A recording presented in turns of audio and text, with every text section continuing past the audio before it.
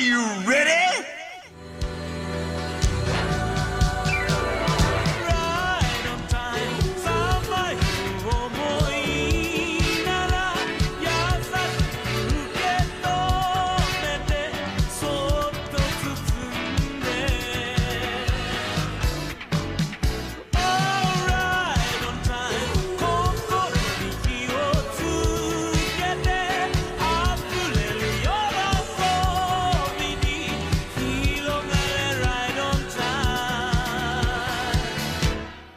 Hello, everyone, and welcome to the Weeaboo Club. This is weekly episode 9.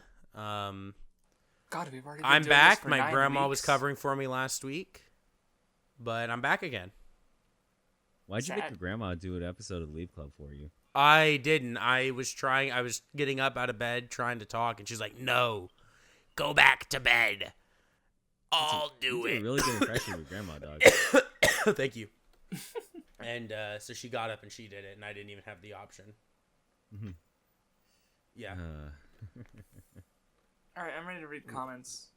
Well, before that, Craftsdwarf, I think it's time for me to finally end Okay. the Dark so Triad saga. He's got his own thing that he did. What is this?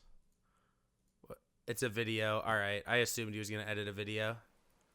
I don't think you're It's ready for 11 this. minutes? Yes, it is. No, I don't have fucking time. You'll for this have shit. no. You'll see. It's 100% worth it.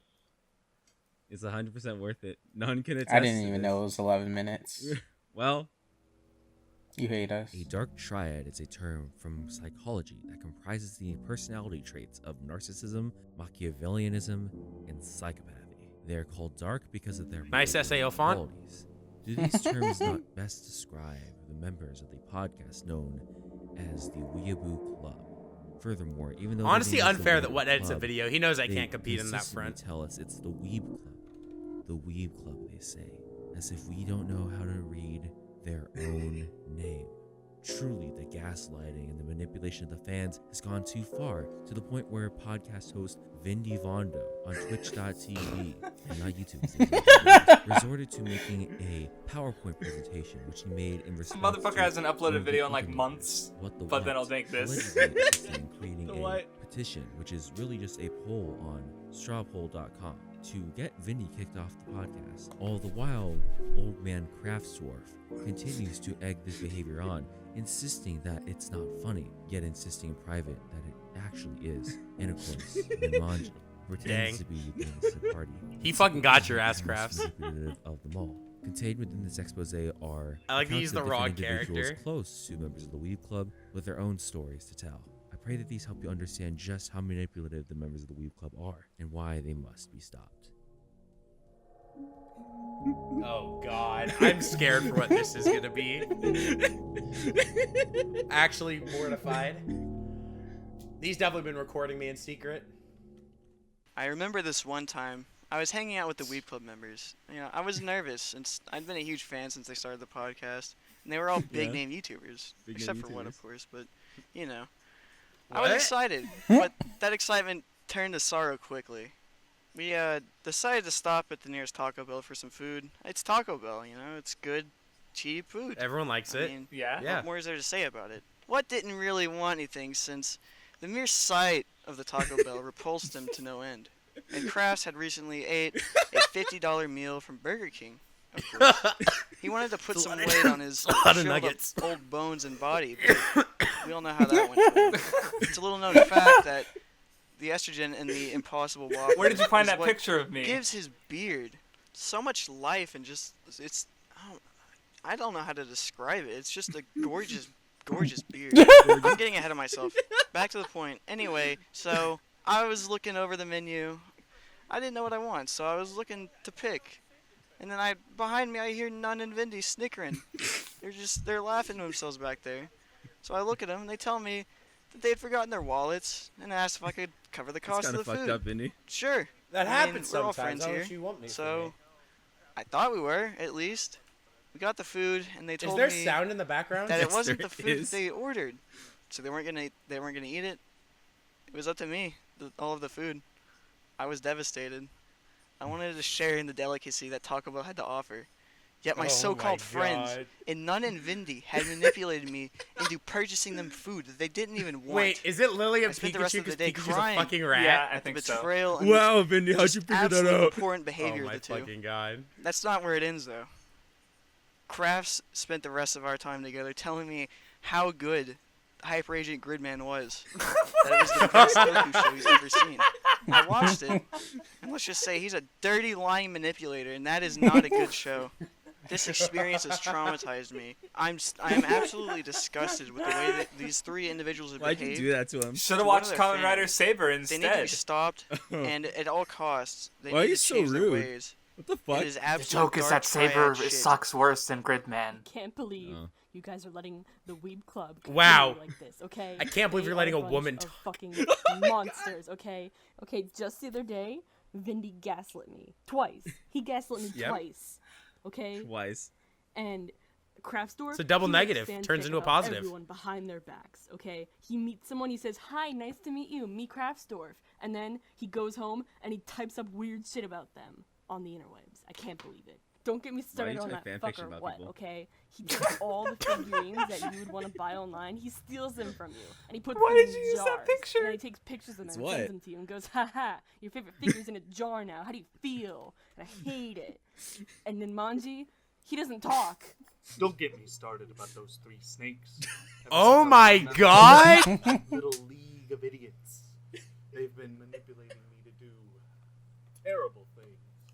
The most I can't recent believe it. send was convincing Why did we do me this to my him, man? YouTube channel and start a better life.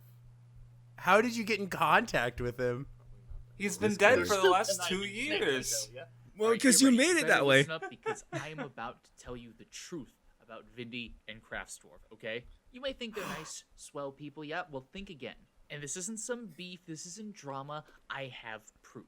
You remember Anime Expo from a few years ago, right? The lines were super, super bad. People were dubbing it LineCon because it was taking forever to actually get inside the convention center in crazy hot weather. Naturally, everyone's just gonna assume it was some kind of mismanagement, miscommunication, right?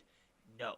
I saw with my own two eyes, plain as day, Vindy and Craftsdwarf just handing out wire cash to people in line, telling them to lead it around the convention center in fucking circles. And I don't even know where they got the money from, that's probably its own can of worms. But I guess they just wanted the whole convention all to themselves for a little while. Fucking sketchy if you ask me, completely has eroded Why all didn't of my you fucking trust. do that? Now You that know I how think hot it about was I outside? wonder if they also had something to do with that earthquake. I'm WattheWut's Gardner, and here's my story of how the Weeb Club has manipulated and gaslit me over a decade. You may wonder how they did that without even the channels existing. It all been doing started this since, back you know. in 2011. We're just WattheWut built and different. Nunmanji, the secret ringleaders of the Weeb Club, caught on to my existence, sending me Love Live memes and telling me all about shonen anime and how it all sucks and was trash. Except for Bleach.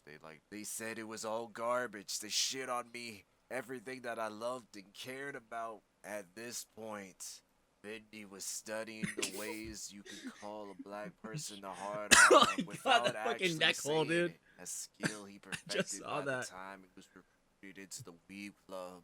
Craftsdwarf. He was the most infamous of the group.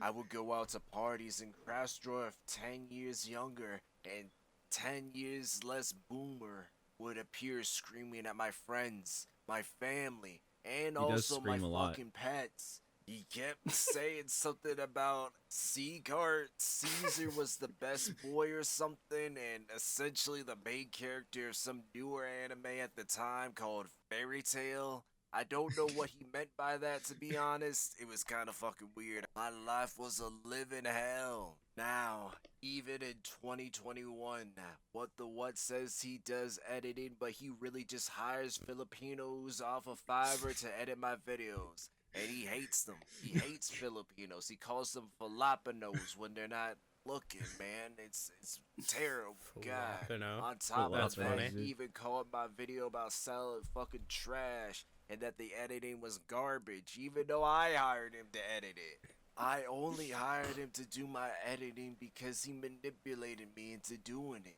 He said At least he'd I get me edited to it. 100k subs Wow, you're Nunmanji toxic. even said he'd drop a hot mixtape on SoundCloud with me too. I was so naive to believe them both.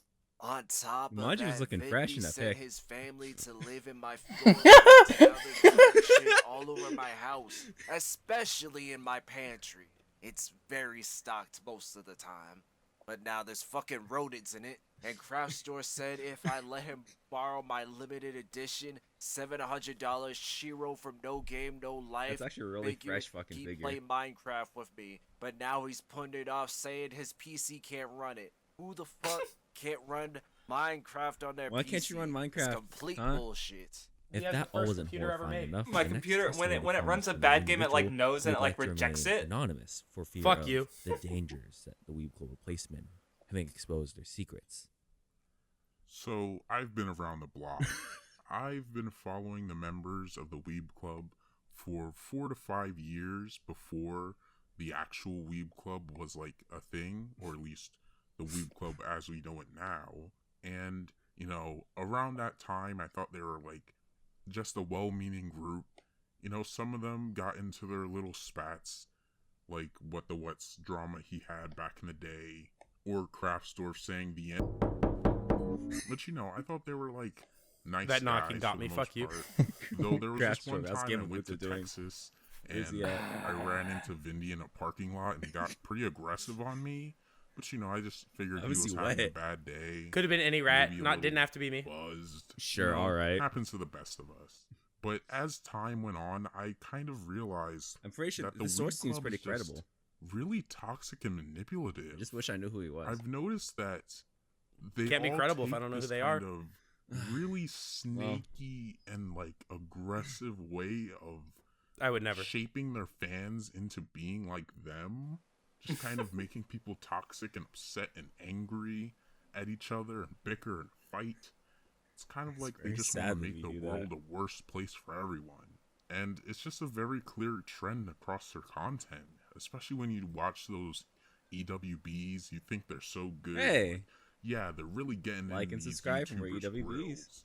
And then it's just like Patreon. when you step back, you just realize what they're doing there, and it's very apparent.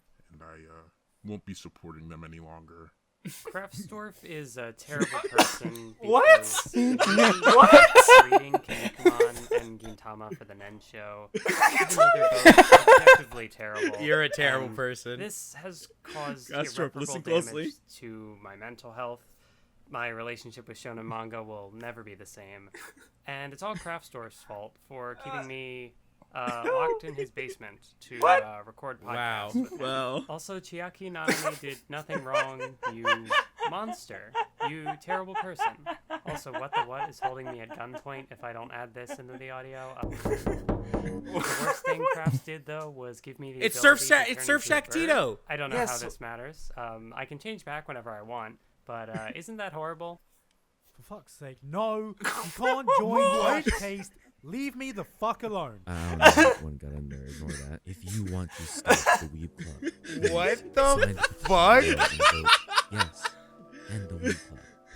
If not, you're a racist and you must be stopped. What the fuck? I'm fucking shook. That was. All Oh, right. Craftsdwarf, you missed the most important part. Have a listen real quick. Hold The up. worst thing Crafts did, though, was give me the ability to turn into a bird. I don't know how this matters. Damn it! I can change back whenever I want, but isn't that horrible? Isn't that horrible? No! Craftsdwarf, why'd you do it? Okay, I'm Why'd gonna you have to turn into a explain that to bird? her tomorrow. Why'd you turn her? Why'd you give her the ability to turn into a bird? I'm She so. can change back anytime she wants. It's only beneficial. I'm shaken by everything I just saw.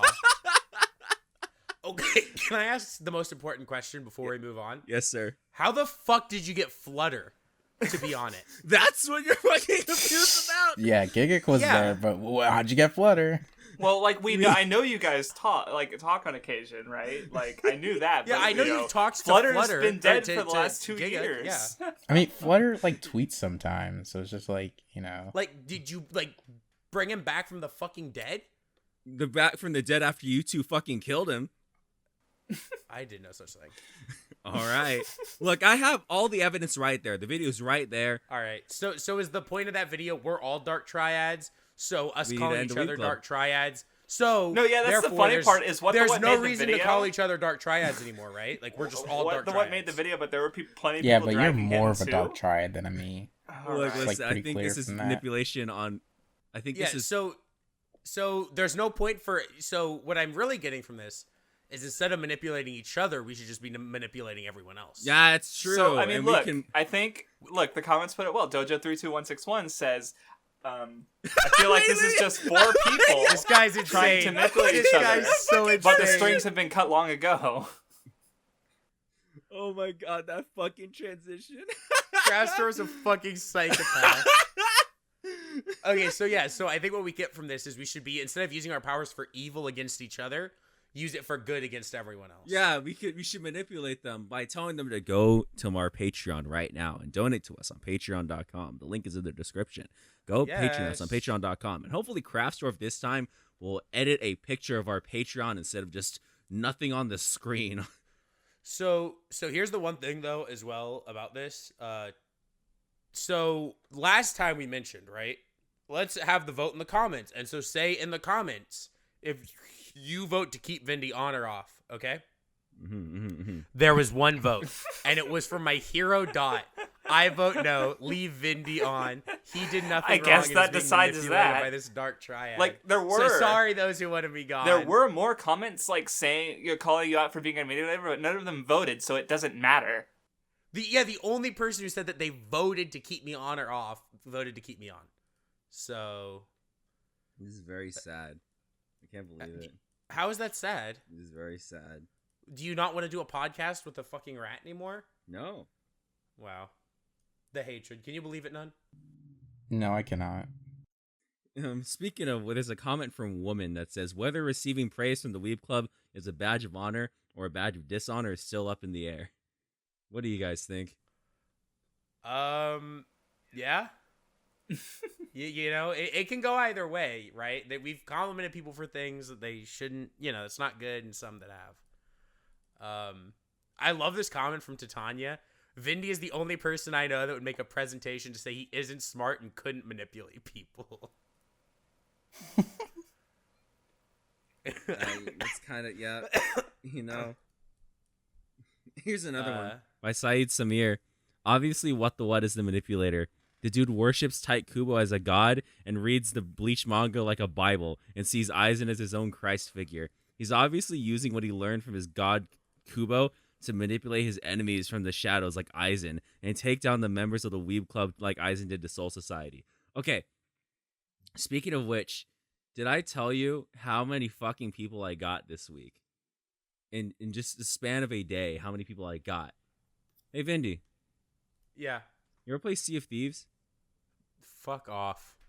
Why? I'm asking you if you've ever played Sea of Thieves. I have, actually. Oh, okay. Just want to make sure. Yeah. Yeah. Fun pirate game. Mm-hmm. Yeah. You ever want to play for the Weeb Club? I don't think it would be good for the Weeb Club. Oh, why not? It's too, I think it's too slow. There's too much downtime in Sea of Thieves, and I Sea of think Thieves nuts fit in your mouth! Fuck you, bitch!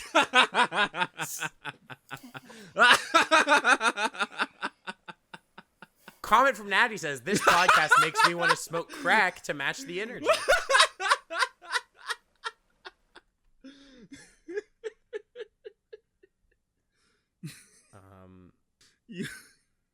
That's number So 8, do we guys. do a new vote to kick what That's from the the 8th. podcast? No, the only vote now is to fucking end the Weeb Club. Also, you're the 8th fucking victim I've gotten.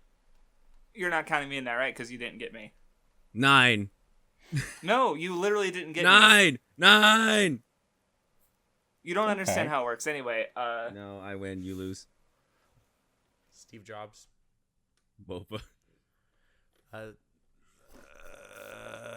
I don't know if there are any more comments on the weekly I want to talk about. I guess it was neat that Azurite pointed out that there's other stories that do the reincarnated or the villains thing. Mm-hmm. Oh yeah, that was a good comment. Because Yeah, my problem with that is like the problem is it's not that like it's necessarily like the reincarnated are the villains. I guess I don't know how these stories do it, but it's like that more with Cheat It's that like these literal characters from other series are the villains, and that was supposed to be like the whole idea of the series. Like it's these characters that you know are the villains, which is like even just like baseline pretty sus, right? Well, if you need to vent about it, just let me know. Bro, I am loving this podcast with what? Crafts, Nun, and Emperor Palpatine. Maybe really possible. It's really fucked up how Crusher insulted your grandma like that, right? Yeah, what did Grandma Vindy do? She had no manipulation. She's such a sweet lady. She recorded the podcast for me, went through my PowerPoint. You know, what a queen. Oh, wait. So here's one. Yes. It's from Lizard Lord 4K. Yes. The most powerful of cheat abilities. Fucking dying. Being oblivious and stupid. And having a job at a restaurant. Truly gods among men. That one's good. I liked that comment. I mean, like, realistically, that was the thing that was baffling me, right? Is that, like, we have two dumbasses, a minimum wage worker, and someone whose power is that they can die. Yeah, no, well, because I just thought about it just now, and it's how, like, even in the Western sphere, you have people who are, like, mistaking, not okay with stories with really powerful main characters and just isekai and seeing them as synonymous. And here you have like an author in Japan doing the same thing because they don't actually understand isekai. Like Sao isn't an isekai. Like he shouldn't be there. The isekai though, it's kind of like because he literally wasn't reincarnated. Right. Well, he's also literally not Kirito even in another world. Kirito also literally doesn't have a cheat ability. Like he didn't get an ability he was reincarnated to the world with. He's just a fucking dual wielding gamer. is his cheat ability. Right. Dog. But he gained dual wielding after already being a fucking beater. No. It's a cheat ability, guys. He can use more than one sword. And there's also the fact that just like a lot of isekai, it's a one-way trip, and Kirito goes to multiple worlds. And also, the world's like, kind of just I didn't exists. watch. Really, when you think about it, Sword Art Online is closer to Kingdom Hearts than an isekai story. Right, like even Alicization, I wouldn't consider Alicization an isekai because Kirito can just like leave and come back, right? Like that's just. I wouldn't not consider how it Alicization an works. isekai because it's better than every other isekai in existence. Actually, I agree. I was like getting mad, but it's like, expose your hatred, dog. Hello. I love Kirito. I love Sao. What do you want from me? No, you lied. Just now expose your lies, your manipulation, saying that SEO is a 10 out of 10. And you fucker. Yeah. You lying whore. Yes, it is. Uh-huh. So why'd you get mad? No, I was getting mad at you, like, throwing all isekai under the bus, but then I realized, wait, no, SEO is good, actually. I see. I get it. I wasn't getting mad about SAO, I was getting mad about other isekai, because you said the same kind of dumb shit that other people say. Craftsdwarf, I have something to say. So, why? Kayabaki Hiko created the Nerve Gear, right? Created the VR worlds. Yes. He gave people the ability to go into the game and come out whenever they want. They can play the game whenever they want. Mm-hmm. Wasn't that horrible? You don't understand, no! Ruby. God damn! I'm gonna kill myself. What? I mean, you were the only ones who understand that reference. That's why you can't just keep fucking referencing it. I explained it on my server. Everyone else is gonna be confused. It doesn't. Good. You can't do it anyway. Well, that just means moving on to the Dragon Quest episode. Okay, Resident Sleeper. I'm gonna fucking end What the fuck? That's maybe the most toxic thing anyone in the Weeb Club's ever done. What the fuck? You know, I didn't watch Professing Pokemon 2, but even then, I would not call it Resident Sleeper because my good friends Nun and Crafts are on there, and I'm sure they did a phenomenal job. I'm sure they killed it talking about Dragon Quest. And I'm sure it was a great episode. And WattheWut goes in here and calls y'all Resident Sleeper because he's the T-Slur. Toxic. I thought he was gonna say something else, because considering the poll that everybody should sign. Toxic. So a couple comments. Positiver mentions how structurally Pokemon and Dragon Quest are kind of similar, especially the early games, and how the game really opens up. I think especially comparable is how Gold and Silver. Once you get Surf, you can go to several different gyms. Where in Dragon Quest, it's particularly 2 onwards. Once you get the boat, the game just opens up a bunch. And Twill mentions that apparently part of the idea of training Pokemon came because one of the members of the Pokemon team was trying to get a hat drop in Dragon Quest 2 that drops randomly from an enemy. But a friend of his had 2, so that he had the idea of trading items. So a major Pokemon mechanic was apparently spawned from a want for something that Dragon Quest doesn't allow you to do, which I would love a source for that, but that sounds, I didn't know that. That's interesting. Do you have any comments, None? I like how Oblivion pointed out that Crafts is so toxic he doesn't let me sit at the table. And he said he wouldn't wonder if he threw me out the window. Sad. Well, I don't have any other ones though but it's cool. I was on the episode, so I can't. Yeah. Yeah, I understand. It's I sure Reddit? do like video games. So it's funny that yes, you had Giga on your little video, because then the first comment or the first thing on the Reddit is a post that's plagiarism. Yep, it's how we have our season 2, and now they didn't even stop. Crash It doesn't has their count. Season 2. Like, That's the season 2. What are you talking about? We ripped them off. All right. Look, I'm trying to get on Trash Chase. You gotta let me fucking do this, all right? I fucking gotta get on, man. Listen. Come on, you gotta give me this. You sus. We have a traitor among us. Dun dun dun dun dun dun dun dun dun dun. Pum pum. Dun dun dun dun dun dun dun. Dun dun dun dun. Dude, I fucking saw that, like, it played automatically. I just started bursting out fucking laughing. I was standing in the middle of fucking public, and it just started. No, look, I don't like Among Us memes, but the Among Us song is so fun to sing that it makes me enjoy the meme, because it's so fun to go dun dun dun dun dun dun dun dun dun dun boom boom boom. Like, it's so fun to do.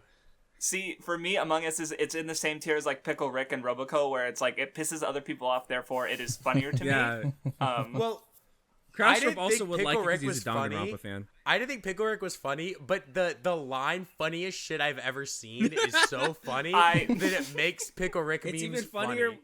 It's Vinny. It's even funnier when you watch Ruby and you break Craftsdwarf every 5 seconds like I do. All right. So anyway, go on. I was just gonna mention Pickle Rick, but no. But Water made a whole PowerPoint of his own about why we should keep Vindy on the Weeb Club. Yeah. So there's a slide in here specifically where it shows freaking Vindy and Alberto. His close relationship with Alberto. As a defense for Vindy, here's the fucking problem, Water. I fucking got his ass. Yeah, what did kind of get me? Yeah. Why did you forget about your close friend Alberto, So, here's what happened. I was at work when What sent me this, and I hadn't yet been able to watch Whatter's PowerPoint. So I get home and I watch the PowerPoint and I went, fuck. Because I realized what just happened. You just so that's what I get. That's what I get for being a good friend and responding to someone before I was up to date on everything. It was really unlucky. Can't believe you just decided to toss aside Alberto just because you're friends with Obama. It's really fucked up, dog. I've changed too many people's lives. Vindy goes, my God. I may be half Mexican, but you're all Mexican, therefore you are worse. I can't believe Vindy would do that. Ignore the next post, by the way. The next post isn't that important. It's dated. It's dated. Well, we need, like, I don't know what is the last one even supposed to be? The blue thing? I don't even know. The one at the bottom, that's a WattheWut hat. It's a really small one. But the idea is it's a cycle, so everyone's manipulating everyone else. That's... Okay. So it's What manipulates None, who manipulates Crafts, who manipulates me, who manipulates What, who manipulates None. Like, it's a circle. Like, I would imagine if you saw above What there, it would be me again, right? Like, it's literally supposed to be a cycle where we're all trying to puppeteer each other. Ignore the next one as well. It's no, funny, this next one's fucking funny. No, both the image and the fucking the comment. See, the problem is this one actually gives me PTSD. This one actually gives me PTSD because of a certain manga. Well, that manga you thought was a 10 after the first chapter. And Vindy had already read it before you did. Shut up, bitch. None, read out the title of the post. Vindy's don't do that. grandma. No, the other one. What do you mean? The one we're talking about. I thought you guys already read it. No one read it out. Okay, what trying to get Vindy to read a manga after he thinks it's a 9 out of 10 after 2 chapters. Why are you so rude to me, dog? God, and it fucking wiping your tears with the this is fucking uncalled is for. so funny. And I do like the last one. Hello, Vindy. Would you like another slice of apple pie? Thanks, Grandma. I love you. Vindy You know what I rat love about me- this image? I love that the grandma has like a red wrap around her head. Right. The Vindy Reddit, the Vindy Like the rat grandma memes, version of the... the Vindy rat memes are always gonna be part of the meta. They'll never leave. 'Cause Dude, it's just- it's like I fucking love how like going. It goes back to that Eisen one from that we talked about last week, which we didn't mention it. But I love that they put a rat nose and whiskers on Eisen. Like anytime they change something to make it a rat or change a rat to make it me, it always makes me laugh. They're so funny. Oh, so speaking of which, this is related to the fucking Sea of Thieves thing, right? Sea of Thieves, and Oh that's my when you know, God. right? So This guy wants a 3-hour I got episode. so many people about it. I got so many people with it, right? Or you just watch Here's like the a thing, 10-minute video. What the fuck? I'm only showing them one example, the funniest example, because Nunmanji agrees that this is the funniest example. I got my friend Couch with this. His reaction is the funniest thing, because I led him on this fucking thing where it's like I was genuinely asking, like, oh yeah, yeah, you ever play Sea of Thieves? I've been seeing people playing it, I missed the sale, so I have to wait. What have you heard about it, man? What name is it under? I can't seem to find it. He's just, and you hear him, and he just goes, "Was that the whole point of this? I thought we were bonding and shit. I feel betrayed. I feel betrayed. Violated. Violated." And the Eisen pics are so good. The fucking Eisen pics. Yeah, now that I understand that you were trying to do a joke off of Sea of Thieves, because I thought the Craftsdwarf one you were trying to get him to say One Piece the whole No, time. he was not. That's why he didn't But get the me. fact that he wasn't, yeah, no, you didn't get Craftsdwarf. I agree with Craftsdwarf. Silence. Craftsdwarf silence. is right. So look, Manipulation. let me explain. Manipulation. If Manipulation. you had like, No. look, La la la la la. hey, what La, Craftsdwarf? la, What's la, your favorite manga? One Piece. One Piece is a stick on your ass. Woo! Like, see, there you got me, right? No. But if you just no, twist whatever I no. say into a fucking, Silence. Ligma Balls thing, then it's not. You have to get me to say, like, "What's up, dog? Nothing much. You." Like, that doesn't work without someone saying "up, dog" out of context. What's up, dog? What is that? Right? Like, nothing much. Like, you got it. No. That's Nothing much, dog. What's up with you? right. Exactly. Like that. Right. You got it. You can't. You don't get me. I said One Piece of my own volition. He's so bad. The first thing I said was Ligma so Balls. I mad. knew exactly what you were doing. You did not get me. I know. You didn't even know it was a fucking video game. Damn. Craftsdwarf, how Craft's many really times do I being have to fucking Ichigo explain out this here. to you? I was trying to fucking 4D chess and make you Yeah, think you're I was Eisen, so bitch. dumb I'm that you I a didn't buck. know. I'm old. I'm God. You still lost, dog. I still blinded you, bitch. Yeah, but you needed like everyone. We're just 1-on-1 now. Everyone, yeah, okay, dog. All right, you needed everyone, all their powers, bitch. You stole it from them. Yes, because I'm old, and I hate children. That does. Huh? Doesn't make any sense. That's so toxic. Speaking of toxic. Yeah, what should yes. introduce the Toxic today? episode because it's in his element. No, I don't know. Toxic? It was Vindy's idea, actually. No, you it should wasn't still my introduce idea. it. It's It like was- literally next your episode is my element. idea. It was literally.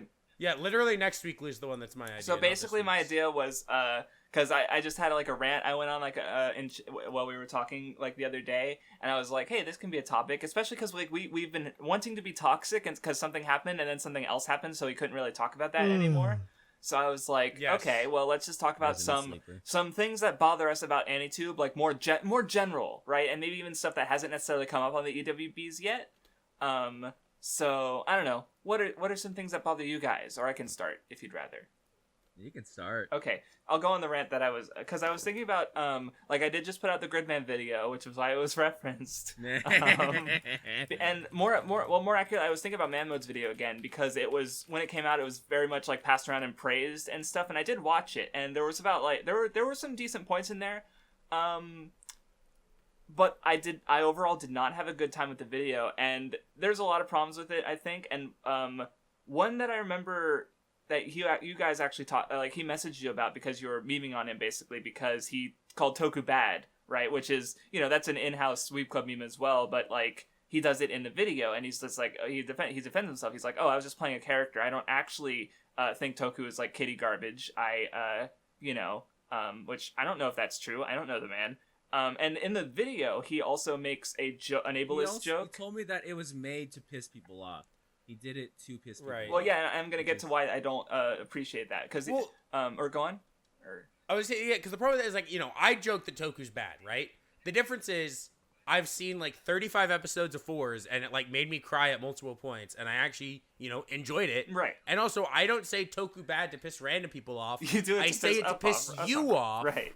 And we literally did a whole podcast on Gar vs. Road, and we all liked it about the same. Like, right? All of us here have seen a Toku and at least like one, so it's just enjoyed like right. It's literally just exactly to fuck with each other, right? Where man mode. He gives a kind of backhanded like, oh well, Gridman has the same messages of SSS Gridman, so therefore it's not complete garbage. Woo! And I watched like 8 episodes. I get the whole point of it. No, if you got the whole point of it, then you would have had more to say in relation to SSS Gridman, like I did in my video that you can go watch. But anyway, but in the middle of the video, he's talking about like a bunch of people he's met in his life, and how he puts these like fatties, rich kids, and other, quoting his video, retardinos, and that. I didn't like that joke. Like, and I just thought about, like I said, I've been thinking about that video lately, and like he's not the worst offender by far. Is the problem with the way people play characters and kind of like, and that's the thing is I can't think of any YouTuber I can think, oh yeah, they're playing a character and is also making like good videos or making like working with that or using that character in a good way. And the only like okay, or I mean I would say there are good videos, but even then I still think there's still problems around the practice. I mean, there's Anitube, 2 I would agree examples now, but I think I can like think AVGN. of. Or what did you say? No, Vinny? Oh, okay. Sorry. Yeah, AVGN, because I think he's important to bring up because he was part of that lineage, right? Because he was like one of the first very popular YouTubers, and a lot of people like talking about media aped his style. And and the kind of issue with him is that like he can't just talk negatively about everything, but he also can't completely abandon his character. So like he has to like talk about things that he does genuinely like so there's kind of a dissonance between what he can do with his character and what he has to do to be successful as a YouTuber. Which right. And I do I don't know much about the guy's content. He seems pretty well liked.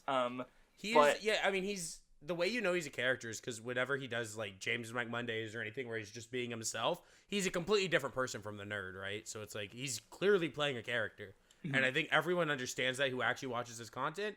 So it like literally doesn't even work. And that's only because he has things out of character. So you understand that it is right, a character. But that doesn't work with a lot of the people who do quote unquote play characters because to use a non-man mode example, because with man mode I only really know like his video and like the brief chat he had with What. So I don't know much about his person. I do know way more about Best Guy Ever, who as far as I know is basically always playing the Best Guy Ever character when he's online. So in his like Gurren Lagann video where he like shows like a narrative arc with his character, that's good. But when Best Guy Ever I don't is know like a good example in terms of his older stuff.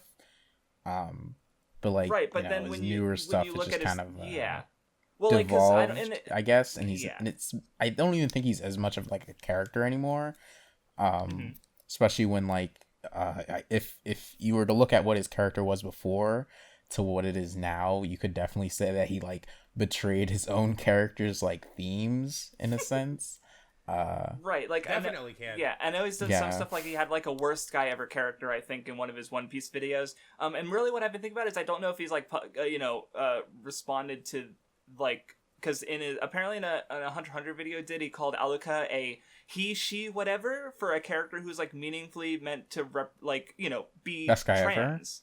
Ever? Yes. Oh, Best Guy Ever said that, and like I don't know if he like does he get away with like should I not criticize him for that because he's in character and we're supposed to think he's stupid and wrong for the Best Guy Ever who is literally like the best guy like the character is supposed to be ideal and perfect, and by moving away from the character he's he's betrayed that idea, right? So even if I can't think of any example of him like hiding behind that character where but I can think of an example of a thing he did that I don't agree with, and if he did hide behind that character I would not respect that, right? So like whereas like with him there's not really a strong line, to give a person who does like hide behind two people who like one is B recently mentioned a few months ago, I think, or weeks ago, that while she felt that as Digi she was kind of like playing that character, I was maybe too much of an asshole. And thinking back, part of the reason I clicked with Digi's content was because I felt she was very genuine, like right, like maybe exaggerated, but I didn't think of it as a character. Or to use the worst example is Anime Snob. I don't know his fucking real name, and I wish I did because I don't respect transphobe. Yes, I don't respect his character at all, and I don't want to acknowledge it as a character. Dude, it's a pretty base character to say, hey guys, Chibi Reviews, his brother's dead. Isn't that funny? That shows that anime fans suck nowadays. And I'm like, huh? No, See, yeah. I think part of the I Go on, think Vinny. that Sorry, like none. I mean, this might be a little bit of a tangent, but I think that like the fact that people are still like super cool with kind of talking about him, even in just like a neutral sense, just kind of shows like something about like I don't know, about a lot of people, that they're still willing to talk about him, and the fact that like they only start having problems with him when it's like when he does something that's more personal to them, like he shits on a show they like or something that they did, and that's when they have a problem. But like a lot of people know what he said about like Chibi, but still kind of like are fine with talking about him. Chibi. When fucking pseudo Yes. Steph failed to commit suicide And deleted his channel, right? Like he deleted his channel. He said it's like him not finishing the job is proof that anime fans are ruining anime. I think he also said like, well, I'm depressed, but I've never attempted suicide, therefore I'm the best Anituber. Like, basically, his real name's Peter, and so I'm not going to call him Snob. He's Peter, because, like, again, I don't respect his character enough to acknowledge him by his character. Oh, I'm sorry. Yeah. I'm Look, sorry, yeah, that well, was okay. How funny. Craftsdwarf, how that anime snob saved the entire anime community. Yeah, I don't know. Yeah, like Peter, he's just using the anime snob character to defend. Why is his name so funny? Hold on one second. Peter. Hey, Peter. Yeah, it's like, come on. God. Hey, Peter. Why do you hate anime fans so much? Yeah, Go on, so I'm like sorry. he like all the other examples I mentioned, Man Mode, B, Best Guy Ever. Like I have some issues, but like they're kind of benign once you consider Peter, and because he's just like a literal piece of shit. Who I love how Nun is just gonna laugh every time I say it. I'm down. No, you fucking posted the pic.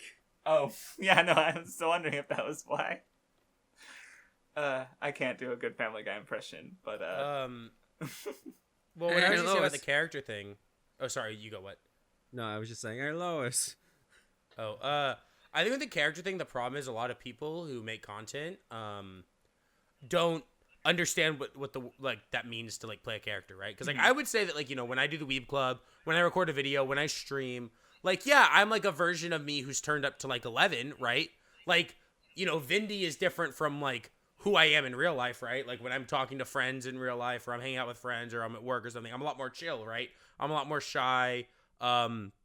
So yeah, I mean, I am certain qualities of me turned up to like 12 when I stream or record the Weeb Club, but that's not me playing a character, right? That's just me being myself, but just like a very like, a more entertaining version of myself, right? Or even when we do like the racism or sexism, like that's a 180 on how we normally are for the purposes of like or how you put it, what was really well, where it's like we're making ourselves the heel, right? Like Right. we're it's literally the same thing as saying like Toku sucks, right? It's just a more offensive thing to do, right? Which Right. it's a little edgy, but like it's again they're the same kind of joke. They're just different subject matter. I just feel like when and- you do it, it's like in terms of like the racist jokes or something. It's more so like imagine if someone unironically thought this is Right, kind of like part of making the a joke, joke where about it'd how- be so Is that we're the absurd heels. the fact that The somebody point is could that say we're this the bad guy for seriously. saying Right. Yeah. Like no one is going to say, "Ah, yes, Americans, I like how they do their teeth straight and white." Like no one is actually going to say that. That's so stupid. Here's the big thing, right? Here's a thing about the whole character thing that we really have to think about, right? So Filthy Frank was Joji, like his entire thing was that he was creating a character that embodied everything wrong with the internet. Right. Literally everything wrong. The whole point of the video was that this guy was saying all this fucked up shit, critiquing these communities, and he's basically a crackhead with a fucking like dirty ass shirt. Like, you're not supposed to take that seriously, right? That was the whole point of his character. Another example that I can think of, like recently, is Jay Schlatt, where like he literally like pretends to be like a super fucking hyper religious Catholic and gay at the same time. Like and also a Republican, but he also says he loves Obama. He's fucking Right, it's so bamboozling. contradictory that it can't obviously It's be real. confusing the fuck out of you. And the point of both those is entertainment, right? Yeah. The joke is that, look at me, I'm fucking stupid, right? Or in Jay Shot's case, look at me, I'm a fucking crazy person. Don't piss me off or I'll shoot you with my gun. And it's like, with Anitube, right? When that anime snob makes a video saying that anime fans that commit suicide or everything that's wrong with Anitube, what is the joke?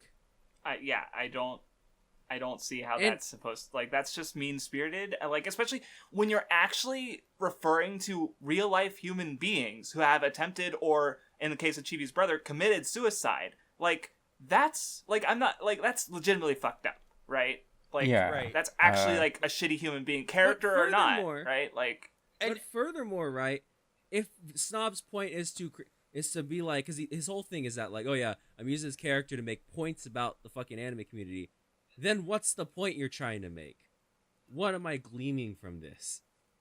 What in the discourse am I gaining from, haha, people who commit suicide are just bad anime fans? Honestly, everything I've seen, it seems like something he just, like, legitimately thinks. Like, because he's supposed to carry this, like, elitist mentality, so he has all these elitist videos, and but what is the difference between, like, you know, how he actually feels, and especially when he, you know, is just like such a, I don't know, he just seems like a shithead, right? So and yeah, again, playing a character isn't an excuse for legitimately being a bad person, right? So well, yeah, and I mean, I think there's, you know, like, other things that, like, I guess, like, go, like, because, like, to go back to, like, the like, racist jokes that we make, right?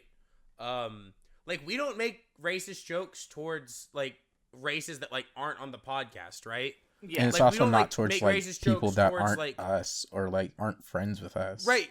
Well, that's the thing that I mean is, like, you know, clearly we're all friends, right? And, like, clearly we all like each other. So if I make I make a racist joke at What or something, right? Or at Nun, it's like, okay, well, clearly we're friends, and clearly, like, I don't actually think, right, that, like, Nun's a terrible person because of his race, right? But then, like, we're not making, like, racist jokes about, like, other races that aren't even on the podcast and acting like that's okay, right? Like, we don't, like, make, like, Middle Eastern jokes or like, you know, I mean, I guess we do make fun of European people, but you know what? That's fine. White people are well, people. but even then, they're people we know, right? Like Mega Rapix or, you know, Dot, like, you know, so white people aren't people, yeah. And they're so it's like, and is racism against whites really that bad? Speaking of racist jokes, can't be racist against white people. Everyone knows this, Craftsdwarf, please. Yeah, the white man's saying it himself. I'm only half white, please. Okay, Cracker. See, the funniest part about with Vindy is because he's like with, you know, with what, you're a mix of a bunch of different races. With Vindy, he's like half white, half Mexican. So it's like which one we focus on is like whatever's funniest at the time, right? Right. Like a few weeks ago when you made it, we're talking about how like everyone in my band class hated me, and I'm why? Because you're Mexican, but it's like you're only half Mexican, so like, but that doesn't matter for the joke, right? Like, or how white, like, you can know, always be flipped. What'll point out how you're white, really did right? just make an analysis. Or the other day, yeah. There's just so many ways you can make jokes about it, where it's like, okay, either like you can make Mexican jokes or make another white person joke, and it's like either way, it works. You know, so it's just like convenient for the purposes of, you know, humor, right? So here's something I always gotta consider, and we talked about this in the Kodawa Eden EWB, because this is also important, because Eden also pretends like he's playing a character or something. If the point of the character is to be funny, then what is the joke of saying that Toku's bad? For example, in the Gridman video, if you're making a video about Wait, a show why'd you that bring is up a Core literal Agent and then talk about man because mode? because I mentioned we talked about the. Oh, okay. Sorry. We talked about the same point. Is that like so like if he's making a video about Gridman, and the whole point of Gridman is it kind of like tributes to this Toku show, a tribute to Toku, if you will, right? Then what sense does it make to piss off Toku fans and say that it sucks? Right, like here he is praising this show that again is this big love letter to Gridman and Subaraya Productions and Ultra and all these things, and he's just like, Toku's bad and it's for babies though, except this one, the good one, that's a love that made by this staff that very much deeply cares about this thing that I'm shitting on. Like it goes against the point of his video. Like it doesn't fit what he's doing. Why is it? Yeah, I feel like it's not funny. If he actually liked Gridman, he would have like Essence Gridman, he'd have enough like respect to also respect the things that it draws inspiration from, is literally like based on. Like I don't understand when people just kind of like willingly ignore or was good, dismiss but the Mecha kind of, is like, for babies, like that kind of mindset, things. right? Like, yeah, I'm gonna bring up the Kodoa Eden thing again because it's like, what is the joke of saying Doga Kobo didn't make New Game Season 3 and they're making these other shows I don't like, so I hope they burn to the ground? What is the joke there? What is the joke that is being made? What is the point that is being made? Yeah, like, the only it just kind of makes like really to me that just comes off as him just being like a shitty baby, really. Like, oh, they're not making the thing that I like, so fuck them, you know? Like, at least you got something that you really like. You should at least, like, have enough respect for them to let them make their own things. Just but saying. the fact that you could read just, like, Craftsdwarf. like, hate them because they're not making the thing you want just kind of, like, makes you look like a baby. So it's just kind of like, well. And it's the same thing, like, with Beatrice, right? I struggle to understand, like, okay, maybe Digibro After Dark was, like, a character, right? I could see that. Because the whole appeal was like, it's Digi but drunk, right? But it was also Digi but more open, right? More honest. Right, that's why, like, when she says Digi was a character, and I do remember, well, okay. I'm gonna defend that real quick, actually, because, like, I wouldn't describe it as a character, but I also think what she was getting at when she was saying that was like it more so kind of like became a character once, like, very later on when she didn't want to be that person anymore. Gotcha. And like she was in the midst of like wanting to transition, but she still felt obligated to be this person that people knew her as. So that's why she referred to as character. And it's not like she escapes behind things she did with that too, because with Mother's Basement, she basically says how he has a right to hate her because she did treat him badly, and she would understand if he doesn't like her. Okay, so the tweet I read that gave the vibe of like Digi was always a character, which I disagree with. But if that's not actually the case, then my bad. I misremembered the tweet. Probably it's not like I went to go find it again. So okay. I mean, that's basically what I got from it when she was talking about it, especially when she did take the like blame for like treating Mother's Basement the way she did. Mm-hmm. I think the big issue is that we keep saying this, but Anitube's too young, first of all, right? To like develop, have enough people that are developed enough to understand the point of a character, but it more so lies with like the problem with quote unquote playing a character itself, because a lot of people just use playing a character as an excuse to get out of criticism. Mm-hmm. Is really just what that means, and that's more common excuse. Like, there's the whole controversy with Donkey and like, guys, he's just playing a character. He doesn't just don't worry about it. It's just a joke review, and it's like, but he's made serious videos. I feel like his reviews are meant to be serious, right? Like, he's trying to convince you to his he's not saying JRPGs are shitty as a joke. He's maybe exaggerating how he actually feels, but like that's the character is when you're watching him do like a gameplay thing and he obviously does like the wrong thing so that he can die and it's funny, haha, right? Like that's him playing a character, right? Because but right, but not that It's interesting to see how people will accept the whole character excuse, right? Like people will accept you like saying that like Donkey's playing a character. They won't say the same if you say that Aaron Hansen from Game Grumps is playing a character, because like I don't know. There's just it's such an easy. It's like the line of like irony, right? I was only pretending to be stupid, right? And you can jump on it however you want, however you feel like. You just keep jumping over that line, right? It depends on like, oh, if people like me, then I'm being serious. If I'm being attacked, it's ironic, guys. Don't touch me. Right. It's just so cheap, right? Like, I'm not a fan of that, especially when it's again used as an excuse to get away from bad behavior. So. And I just feel like when it comes to characters, it's like, that character still came from you. It's still like a part of you that you wanted to express through a character. So like, there's just no way you can just like. That's fair though. It's because of the whole like filthy Frank. Yeah, no, that depends on the context, right? Where I mean, like I didn't say like that applies to like every single example of a character, but for like the most part, it is like something that someone wants to express and kind of like let out, I guess. Especially if you're trying to make a point. Yeah, it's like if your whole character is made to make a point, like especially like if you're using it for analytical videos, then yeah, that's on you, dog. Like I feel like with like Best Guy Ever, for example, Best Guy Ever is supposed to embody this ideology that he himself has.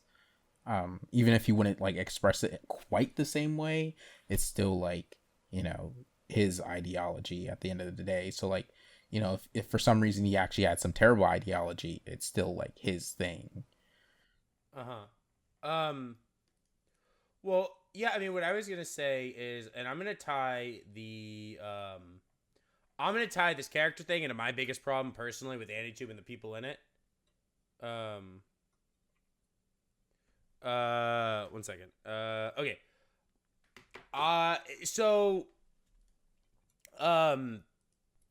Yeah, no, I mean, I think the part of the thing is for me, like, with the character thing is it comes under the biggest issue I have with the people in Anitube, which is that like most people at Anitube are like fucking huge pussies and are just scared to say anything to anyone or to be honest or to actually get into anything. No, and that's why they like pretend to have a character, right? Because they don't want to be responsible for any of the things they say, the same way that all they do is talk about people behind their backs, never fucking say anything real, and it's all these like cliques that like are so closed off and everyone's just a big fucking pussy, and that's why they have these characters.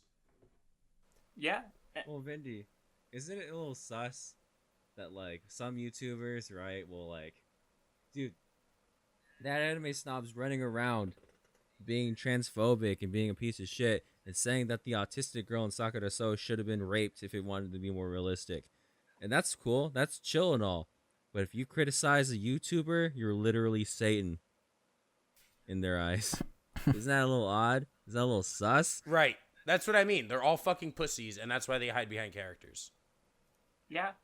I mean, well, and why do people not like WattheWut? Because he will actually talk to you and engage with you.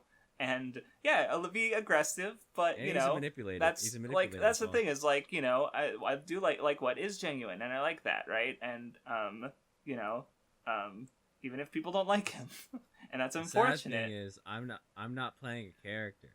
I'm playing a me that is less tired than in real life. If you meet me in real life, I'm 5 seconds away we've from all met. passing out. We haven't met none, but we've met each other, and we're just the same. We're the same person. There is no character. I mean, we're more tuned up, obviously, when we record, but that's just part of like we would be boring if we talked like because I mean we do Discord calls, and it's almost the exact same as a Weeb Club, just maybe a little bit less because we're just talking, so we don't have to be right. Trying we're not as there hard. for a purpose, or right? Simping for each other. Yeah, like our planned purpose, right? And we're not needing to be like entertaining, right? So of course we're not going to be as toned up. Yeah. It's a good thing I'm not an Anituber. Fuck you, WattheWut. I hate you. Why? I got your DMs. All right. So No, Ruby. See, I don't you know. I don't know if understand. I have any more to add. Like, we had that long discussion on characters, but I don't know if I have more to add on to Vinny's point aside from like, yeah, that seems pretty true. Or and I guess another way people try to hide themselves is like the shield of subjectivity, where it's okay, whatever I say is subjective, therefore it doesn't matter to I anything feel like else. That's just another branch from like if fucking playing a character, the irony card and subjectivity are all just fucking branching out from the same thing, right? They're all just variations of each other. Because now with the subjectivity thing, it's like I could say whatever I want. You know, freaking Kishimoto fucking like stands the Holocaust, right? Like, that's just my subjective opinion. That's my opinion. I read Naruto. It's my opinion. You can't criticize me for my opinion, right? It's the same thing. Kishimoto It's would literally deny the same war thing. crimes, even though he You makes would. one of the, like See, the and, most like anti-war manga I've read. No. Naruto supports war. I dog, feel like you know? the people who have that whole subjectivity thing, they're like the most combative with how they say their initial statements. Yeah. And then that's when they'll bring up No, "It's they only just my bring it up when they're opinion." called out. Like, they don't start with, well, this is just my subjective opinion, but Kishimoto would deny war crimes. Like, they don't open with the subjective part. They open with the aggressive, really shitty part. I'm not saying there's an entire branch of anti-Twitter, perhaps Redditors as well, perhaps YouTubers who also are Redditors, that like, you know, say just the most inane shit, this most disrespectful shit I've ever seen in my life. But then, like, if you're a little mean towards the thing they like, they turn around and go, guys, it's just it's people's opinions, guys. Let's not be mean. Let's all be nice, and let's all just, you know, hang out, hold hands in a circle, and what? You don't stand my favorite manga? Cringe, cringe, cringe, cringe, cringe, cringe, cringe, cringe. Yeah, like, they don't, like, and yeah, with, like, stuff like the Kishimoto thing, or just, I saw a post of people, like, shitting on authors, like, oh, wish I could take these characters away from the author of Made in Abyss for writing his story. And yeah, it's a little dark and edgy, sure, but, like, people, like, they're not even treating the authors like human, and, you know, again, like, that, just being shitty, and, but it's just my opinion, guys. It's just my opinion. I guess that leads into like my the thing I wanted to bring up was just like the general, like, people like to be really shitty towards like creators and like absolutely. and like they do it like even with stuff they like I've seen like a lot of Dragon Ball fans You guys are giving Kishimoto too much credit. Shut up. You guys are giving Kubo too much credit. I'm sorry, none I had to. But like, you know, like I've seen like a lot of them like almost nobody like really like respects Toriyama as much as like he should really be respected, because it's just like right, they go, oh, the story wasn't planned, he just wrote it as, you know, but it's like he even said like I saw it was like a Dragon Ball in Illustrated History, and I saw some panels of it where he talked about how, like, you know, when he actually does think about it a lot.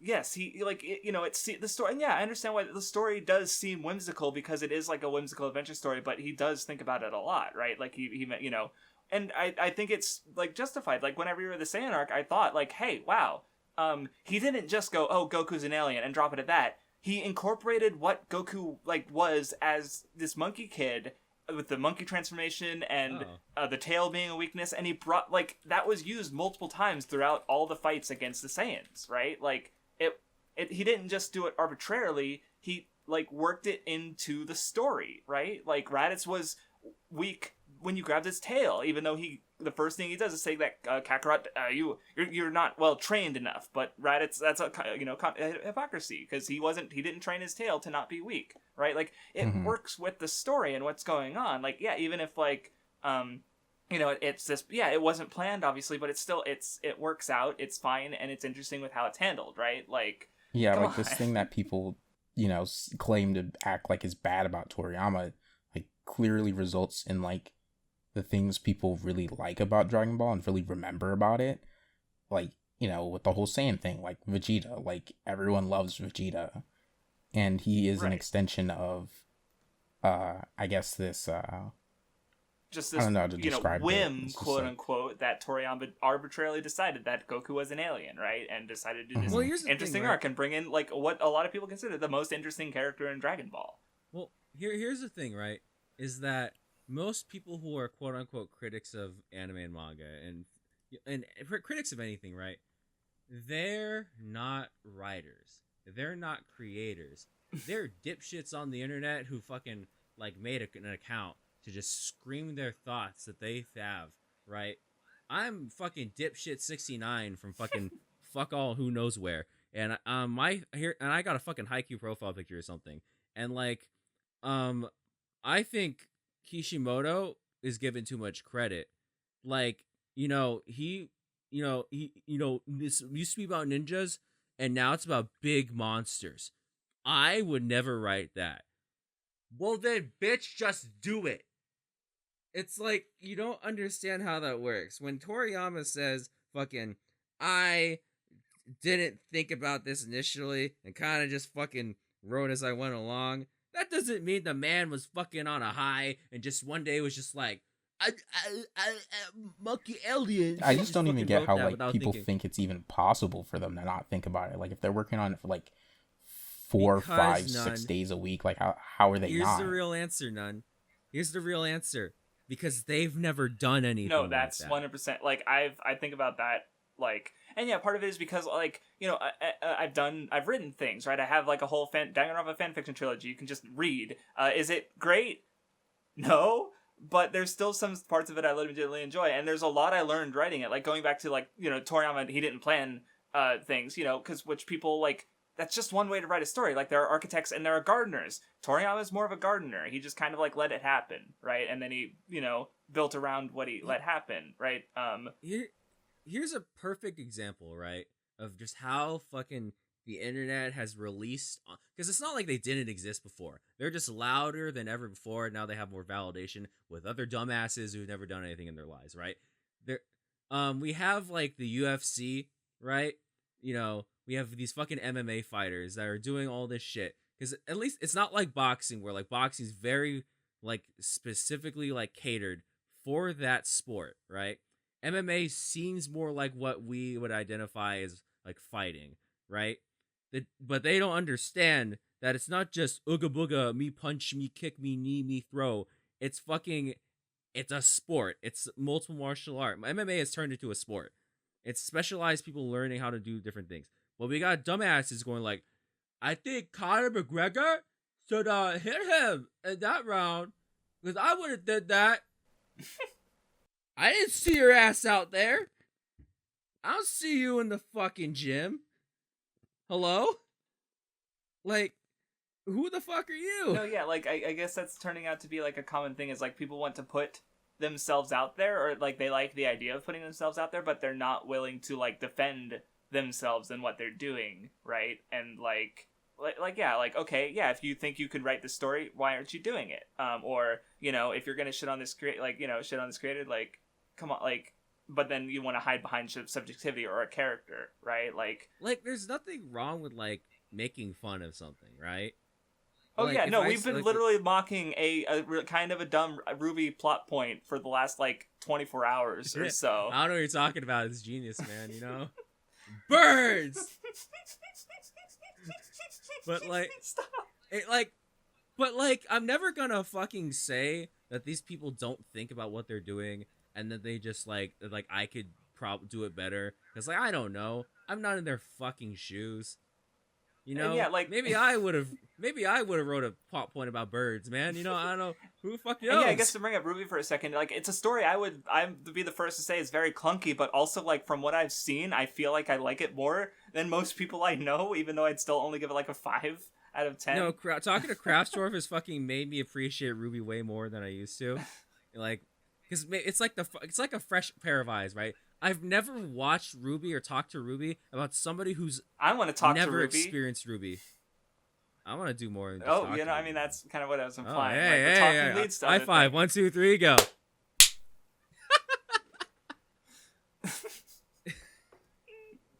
But right, like, well, because like I guess into a bird.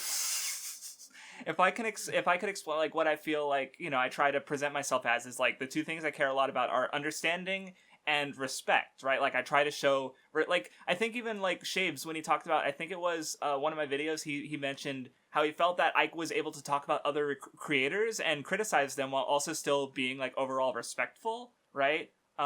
Like even when I'm calling out, like I say I have problems with man mode, but I'm not like shitting on the guy, right? Like like as far as Anitube goes, there's maybe like 2 people I don't respect, and one of them is fucking Peter, right? Because I don't respect how he acts about his. Hey, Peter. Yeah, I don't respect I don't you. like that. I don't think the anime snob character is good character. I think he hides behind too much of. He's just a bad person who's hiding behind a character, right? Like. Oh, you think he's irredeemable and that he shouldn't be redeemed? I'm not saying that, but I'm saying like he has to actually like fucking do something, like maybe drop the character and be genuine for a goddamn moment, and maybe apologize for the fucking shitty things he's actually done. Craftsdwarf, you're supposed to fucking get me. I know, but like I like yeah. So that's why like yeah, when people shit on creators, it's like they're not showing respect and maybe not even showing an understanding for their circumstances, right? Like when people shit on Togashi, like, oh, Hunter x Hunter 2011 is a perfect adaptation. Why doesn't Togashi just release more chapters? Mhm. The man has had back problems since the year I was born.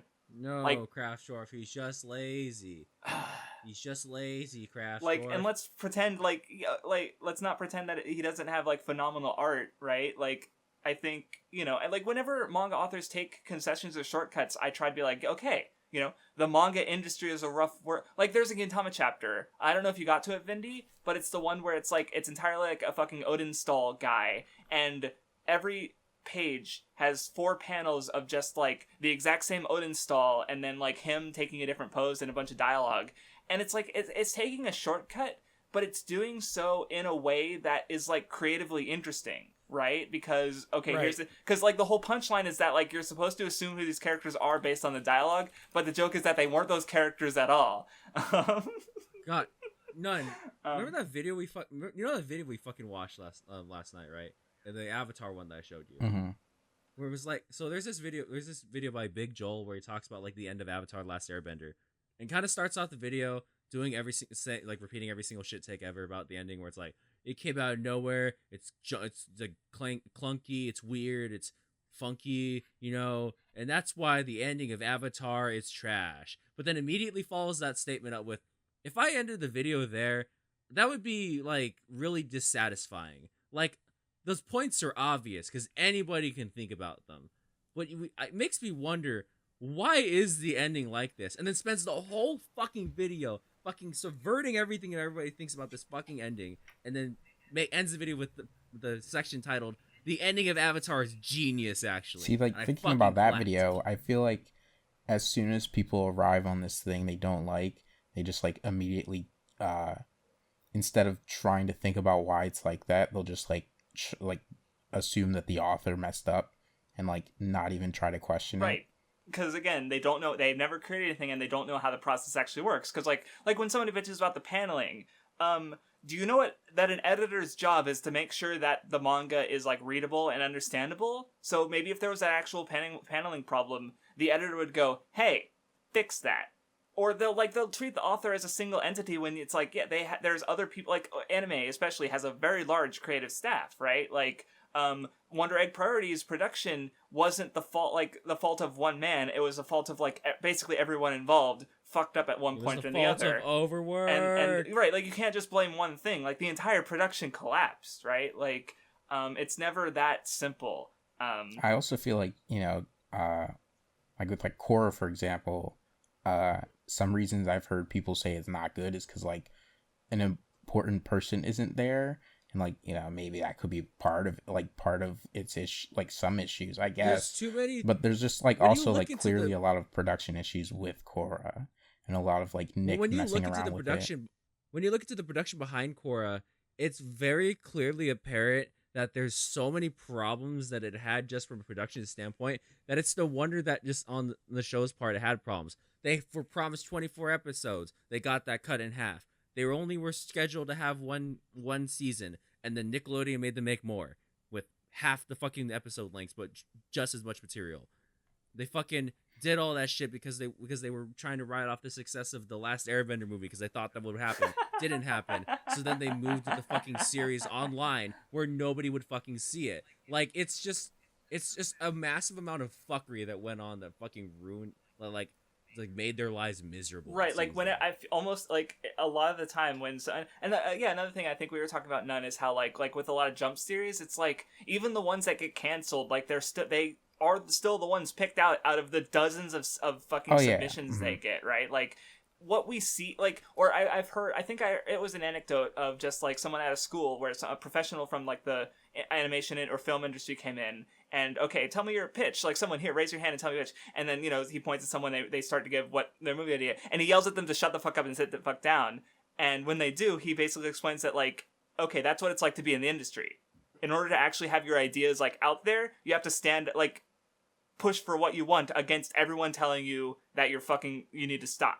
Right? Because, like, everyone else has their ideas, too, that they want to do. Guess what? Right? Like, it's a collaborative process, and it's not that easy. You don't just get to have free reign over what you want, and people just don't try to understand how these things work. And, like, because, yeah, a lot of times when I feel like when a show is, like, legitimately bad, there's probably production issues. And especially with, like, anime and manga, where there's such, like, sweatshop conditions, and the people involved, like, have to, like, legitimately care about what they're doing to do it. I feel like, like, if they had all the time and, in the world, they could probably make, like, lots of great shit.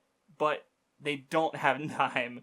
And so Wonder Egg, a show that people immediately loved, fell apart and was apparently kind of bad at the end of the day, right? Which, because of production issues, not because of, this one writer made a mistake, right? No, it's not that simple. It's very sad. Hey, Vindy, what do you think about all this? That's a funny fucking picture. What? I think people are just really dumb. I was actually talking to my mom about this the other day in like a weird way, because she had mentioned some documentary she was watching about like TV in the 90s and how it made her like think about me because like there's some stuff, and I was talking to her about like people are just so dumb about things. It's like they like will get these ideas in their head for how something should go, and like when it doesn't do that, they get really mad, or like they're just like people are just really cringe and don't ever like take stories as they are and then try to understand like, okay, if this is what the story is, right? Because like they want to change the story. It's like, okay, don't change the story, accept the story for what it is now. What is that saying, and do I like the story as it is, as opposed to do I like my version of the story that I wish it was, Mm-hmm. Right. I think Anitubers do that a lot. I think YouTubers as a whole do that a lot, and it's always like it's not a click off the video for me. Like there are things that will make me click off a video right away. And a YouTuber doing like what if they had done this instead isn't an automatic click off, because if I did that, I would watch no YouTube videos ever, right? Because that's what every fucking YouTuber does all the time.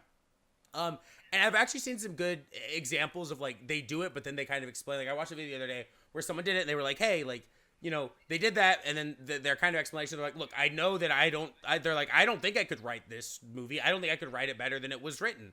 But these are things I think that would maybe be, because it was like a movie about like comic. It was about like the DC extended universe, right? So it was about how like, the Superman and Batman, like Zack Snyder's Superman and Batman aren't true to like the comic versions of the characters, right? Mm-hmm. It was like these things feel to me like they're more true to what the characters actually stand for and who they are, as opposed to what the movie did, right? I was like, that was like, okay, like, I'm still not a fan of like trying to rewrite a movie, but I understand that explanation for why you would say something right, like that. And they did so in a way that doesn't, if I made the story.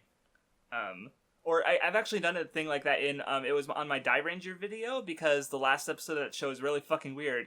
And I even start off like, well, how would I do the ending of the show? I would get a time machine and go back like 30 years and learn Japanese and find my way into the writer's room so I could, like, I was just sort of commenting on the absurdity of like, how do you actually fix this, like, fucking nearly 30-year-old show? You don't, right? Like, there's a way to do it, but right, like at the very least, like again, you can do it without being disrespectful. Like in that example, it's like whether you agree or not, like they didn't like I don't know, I don't think I can write this movie, right? Like that sounds better than average. Craftsdwarf, the customer is always right, and I'm a customer, and I, the customer, can write a better show than these fucking experienced. No, it's totally like there's so much like when I think about just a lot of like the kind of criticism stuff gets done around it comes across as like people viewing art as a product and nothing else. Like, oh, it should do this because that way more people it would be more accessible. Oh, you mean like a product, right? Like we want products to be accessible so that more people can buy them. Money.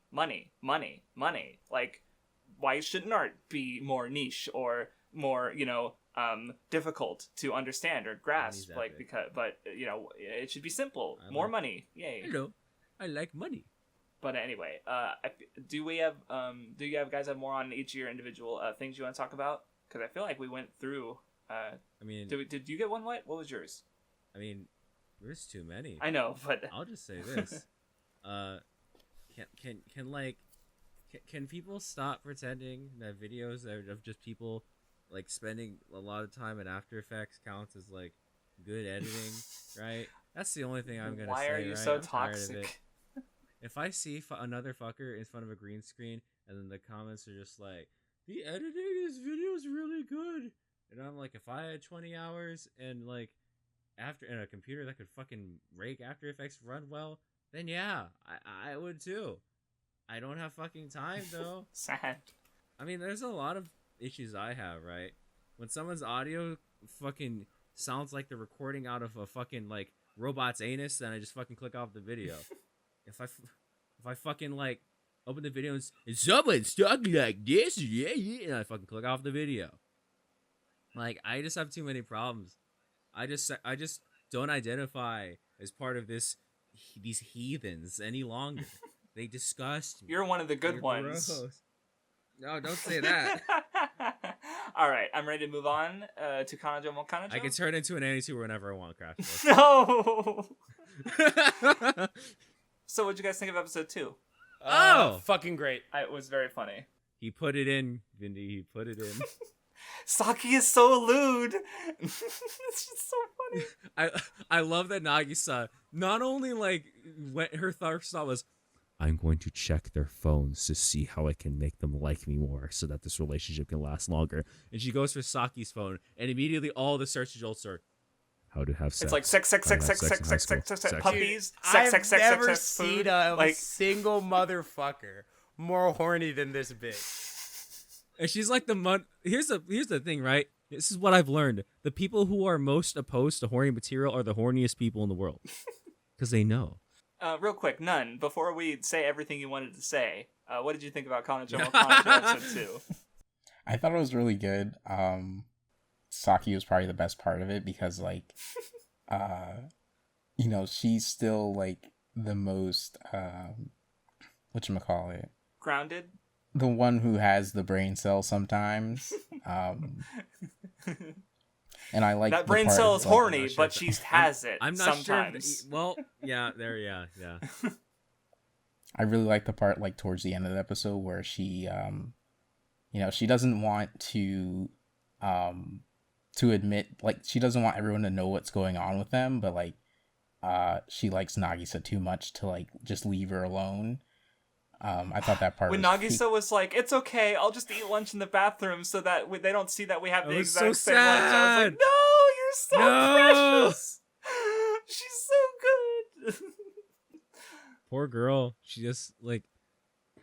I love the part where like they're trying to like everybody's like, "Who is that?" And then he's introduces like, "Hello, nice to meet you." And then he pretends for a second, and then he's like, I can't fucking do it anymore. I have to do it. I have to say it.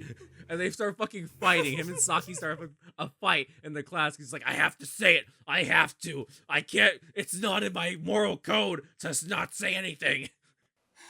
Fucking Chadley behavior, man. No. Yeah, dude, it was so funny. The episode starts. Where Nagisa's like, okay, I mean, I'd be fine with the threesome, and Saki's like, what?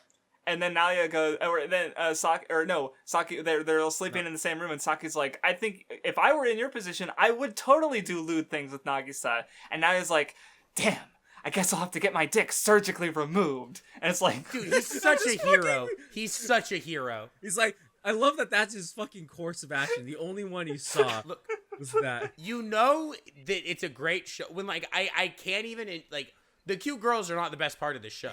It's the fucking hero guy. This fucking man. Such a lunatic, dude. He's the kind of person we should all aspire to be. Just that open and honest about God. Just that open and honest about everything. Then he saw a fucking woman punching him, and he was like, I wish that was me. Yeah, now he's listen to what Vinny's saying. He wants to be as good as Nalia, right? Yeah. Let's have your dick surgically removed. That's kind of weird. But for the woman you love? That's true. That's a good point, Craftsdwarf. Also, Nagisa had missed 3 months of school because she was too busy Dude. wife training. Oh my god, insane. They're all insane. And I love how she says that. And it's most people be like, that's fucking creepy. Why would you do that? And instead, he's immediately like, that's not good. You're schooling. We need to study more so that Instead you can of thinking catch it was up. creepy, instead of thinking it was creepy that she cared that much about it, he's like, your studies. We're studying all day. You need to graduate. What are you doing? He's just that much of a hero, man. He wants to help everyone he can. What a hero. What a Chad.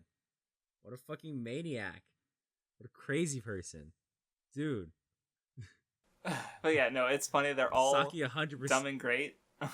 Saki 100% follows a bunch of lewd accounts on her fucking Twitter, and also fucking has her search history filled with nothing but porn. 100%. She wants Nagia to dick her the fuck down, but Nagisa got in the way. See, that's what I've learned today from watching this episode. All of the fucking Puritans are the horniest motherfuckers. They're the biggest hypocrites. They need to be stopped. The horniest motherfuckers are honest. They know the truth. We horny fuckers will rise up as the honest ones in this world. All right. I don't have much more to say about the episode. So. I can't wait for everyone at school to find out. I know it's coming. Yeah, no, because actually one thought I did have, now that you bring that up, is that, because Nalia, or Saki doesn't want everyone to find out because she doesn't want them to think that Nalia doesn't care about Saki. But then I guess, the way things are is that nobody knows how much Nalia cares about Nagisa, right? So it's there's, especially, with the first episode, Nalia wants to be fair, and now things are kind of unfair, right? Nagisa is the secret girlfriend, and where Nalia gets to be publicly, we saw it the first episode, affectionate towards Saki. So it definitely seems like an unresolved conflict, and I guess we'll see how that goes. Another thing I could see happening, at least for a little bit before maybe the school finds out, is one of the other girls finds out about everything, and they have to deal with her knowing. Oh, and, I definitely think the telling, blonde girl and trying to get her either to of not the two tell. important girls. Silver-haired girl finds out because she's Saki's best friend. I think blonde-haired girl gets in on it, or wants or to, something right? like that. Yeah. Yeah, I definitely think silver-haired girl finds out though. Foursome, let's go. Fivesome. Anyway. Yes. So, what have you guys been up to? Weekly roundup. Jacking off. Oh, that's not a media. Well, it can be. What dojins have you been reading then? That could be your media thing. But you got to go through them in extensive detail and tell me what your favorite part of each of them is. They find the numbers. Okay, never mind. Fucking none go. I mean, I haven't finished anything, so I guess I'll just talk about Kingdom Hearts 3. Let's go. Let me face my fears. Even though that hurt Vindy so much, he cares about Kingdom Hearts so much, he had to. Yeah. Do the let's go. So anyway, go ahead, Nun. I think it's just clearly the best one. It's such a beautiful looking game, and by the one you mean cutscene- video game of all time, right? I mean, I don't know. Anyway. But the cutscenes are amazing. All of the character interactions are so much better than any other game before. And it's just gameplay is and top tier. the first part of the game when you go back to Coliseum, Hercules World. I don't remember what the official name is for it, but it's Olympus Coliseum. Okay. Or it might just be Olympus in or no, I think it's actually maybe Mount Olympus in 3 because the Coliseum's not a part of it. Yeah, I know they changed the names in them. Yeah, I think it's just Mount Olympus then. Yeah, but it was super cool seeing Sora being friends with him and getting advice on how to, because in the last game, in one of the earlier games, Hercules was kind of down, and he was weaker than before because he was just I forget what he was sad about, but he couldn't exert his full strength, and that's what Sora's having a problem with now. So it was just kind of cool to see them call back to like what Hercules Yeah. went through, and like Sora having those It's super problems. cool. And like Hercules also was saying how Megan was basically like helping him be strong. And, Sora obviously has Kyrie, so it's just kind of like you can tell how the Disney worlds are like relevant to what's gonna happen to like the Kingdom Hearts characters. So like like it was really, like it's really cool.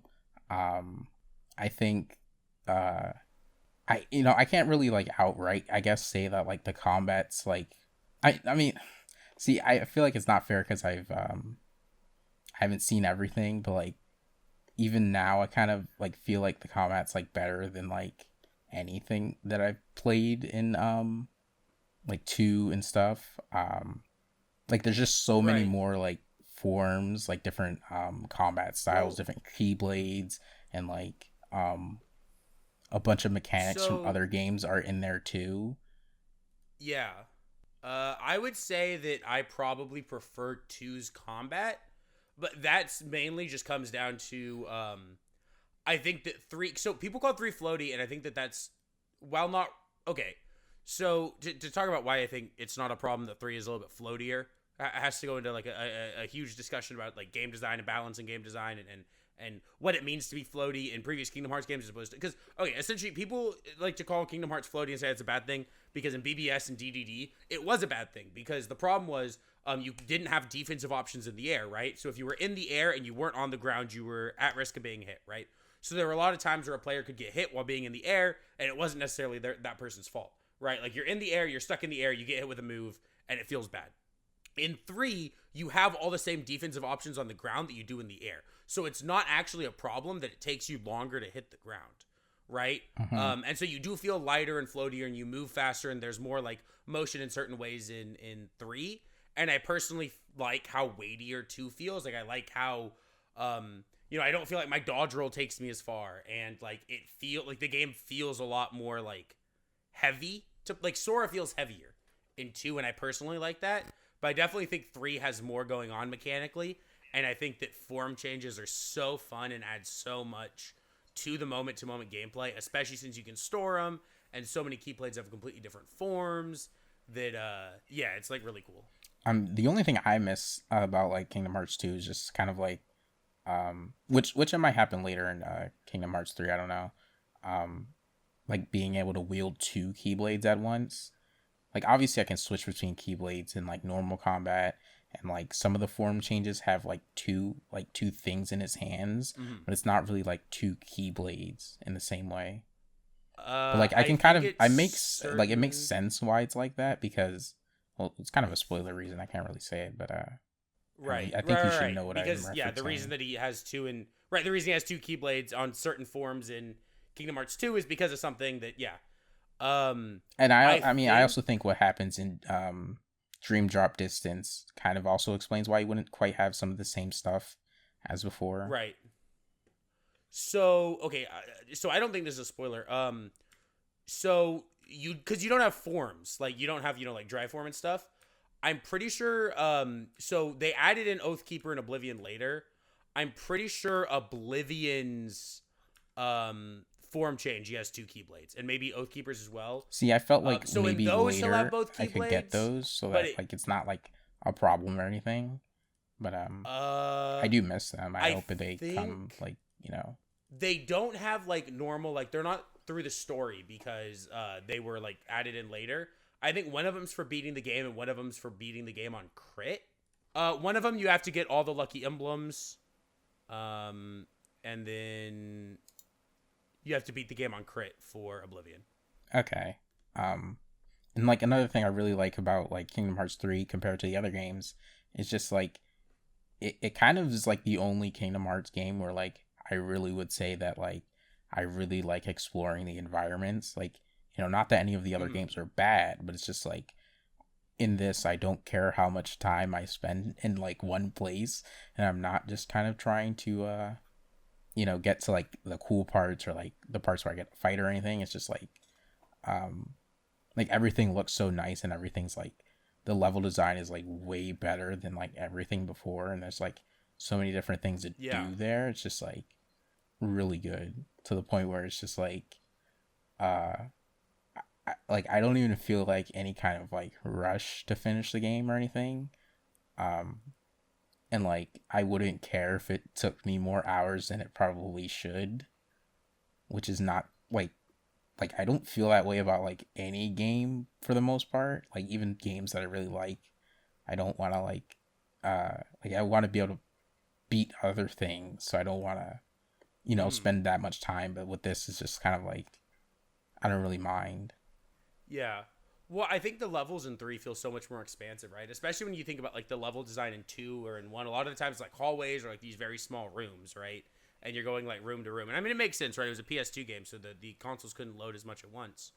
But then you play 3, and it's like these like massive open areas with like there's like so much more detail in them, and even like Twilight Town has like it feels like there's more to it, or when you're going through like the Toy Story world.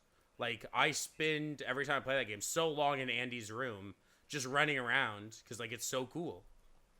Mm-hmm. And then, to go back to what you're saying about, like, the cutscenes, I feel like the direction as a whole in the cutscenes, like, is just so much better. Like, there's so much, like, phenomenal, like, I feel like the cutscenes look less like, oh, these were just made by moving the models in an engine, right? Like, sometimes they can in the other games. They look like they had, like, a lot more thought put into them. And then, like, it's like such a small thing, but like I love that you see cutscenes inside the fucking gummy ship, right? Mm-hmm. And you see like Sora and Donald and Goofy talking in the gummy ship. It's so good. Yeah, it's definitely really good. And it's just like if it fits some extra things that you couldn't really do on the world, and like kind of prepares you for like the the next location you're gonna go to, or the next event that's gonna happen. And speaking of, how do you feel about 3's gummy ship compared to 1 and 2's? I mean, I still don't really like the gummy ship. No, I love the gummy ship in 3. I don't feel like doing all that others. I try to do the least I can with it still. So I guess that's one thing that hasn't changed. Where like with the gummy ship, I just try to do the bare minimum with that. Especially because 3 kind of makes it easy to avoid a lot more, which might become a problem later, I guess, because you do have to fight those like gummy ship bosses sometimes, so I might not be prepared for them if I skip everything, but so far it's been fine. Mm-hmm. That's probably all I have to say about the game for now, because I obviously can't talk about spoilers, and I'm also not finished with it, right? Yeah. Like, I think I've only done 4 worlds, maybe 5, something like that. Like, I just completed Monstro today. Right. Cool. Yeah. Great. Yeah, I can't wait to talk to you about some of the, You have the DLC, right?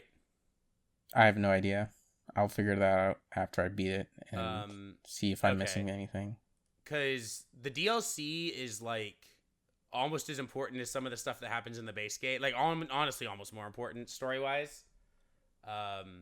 So I can't wait to talk about it, especially the DLC stuff, because holy fuck, it's so good. But, yeah. It's WattheWut's turn to forget the order. Yay! I wanted you to say it. I didn't know if he was done yet, dog. Yeah, he was silent for All like right.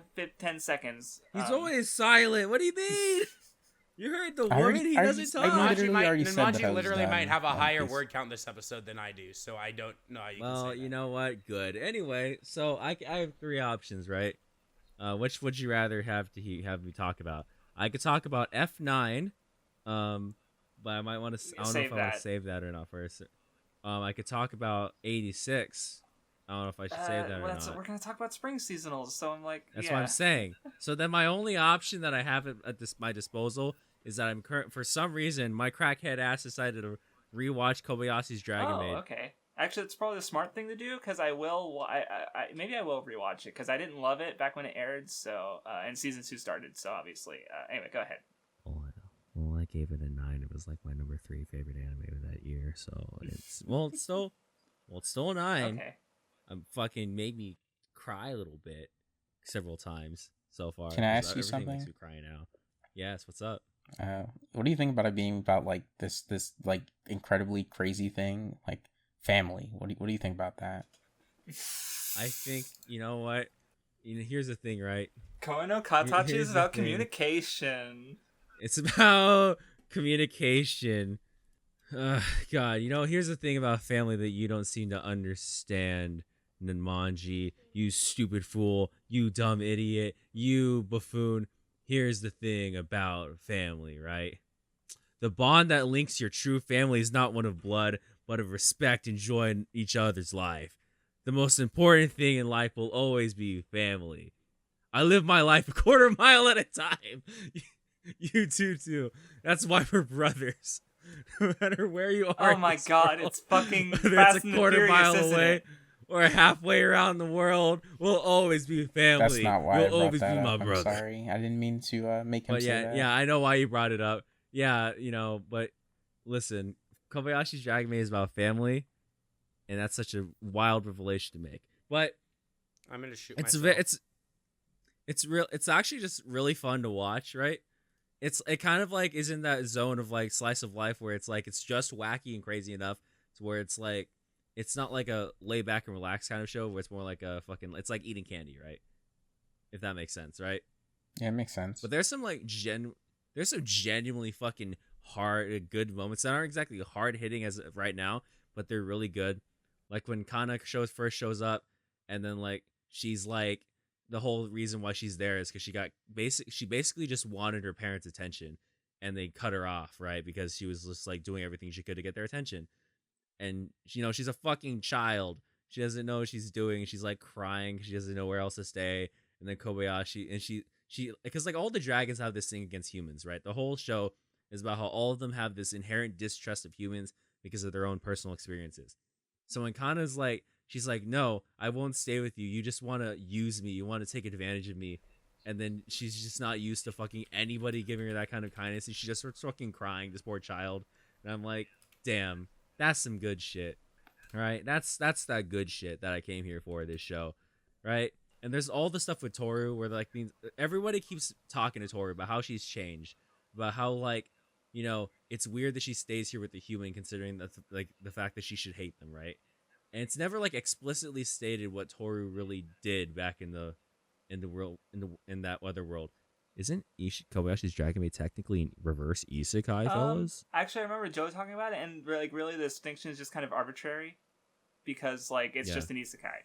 It's just the difference is that it is in our world, but it's still like another character. I can't believe Kobayashi's Dragon Maid is the best like Isekai for Toru, ever it's made, just an Isekai.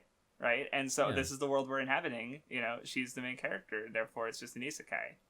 It just takes place in our world. Yeah, our world is the other world to her. One isekai my dick into her pussy, but anyway, it's like your dick gets hit by a truck and dies.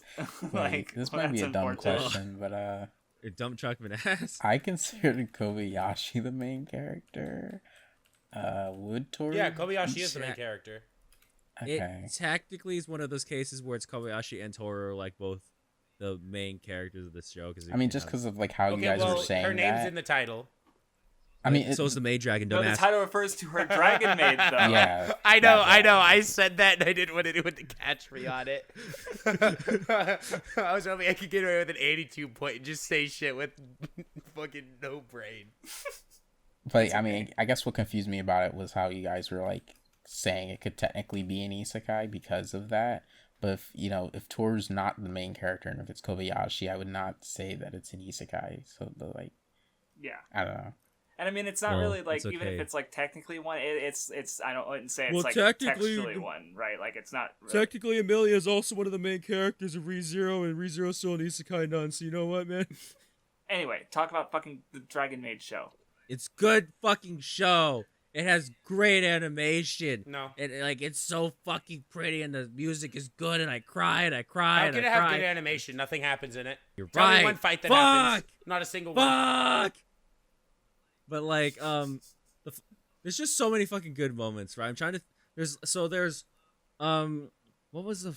like one that I think, okay, there's literally just an episode where it's just showing like Takia and, Fafnir, like the fucking the gamer boy and the two best characters. One is Butler.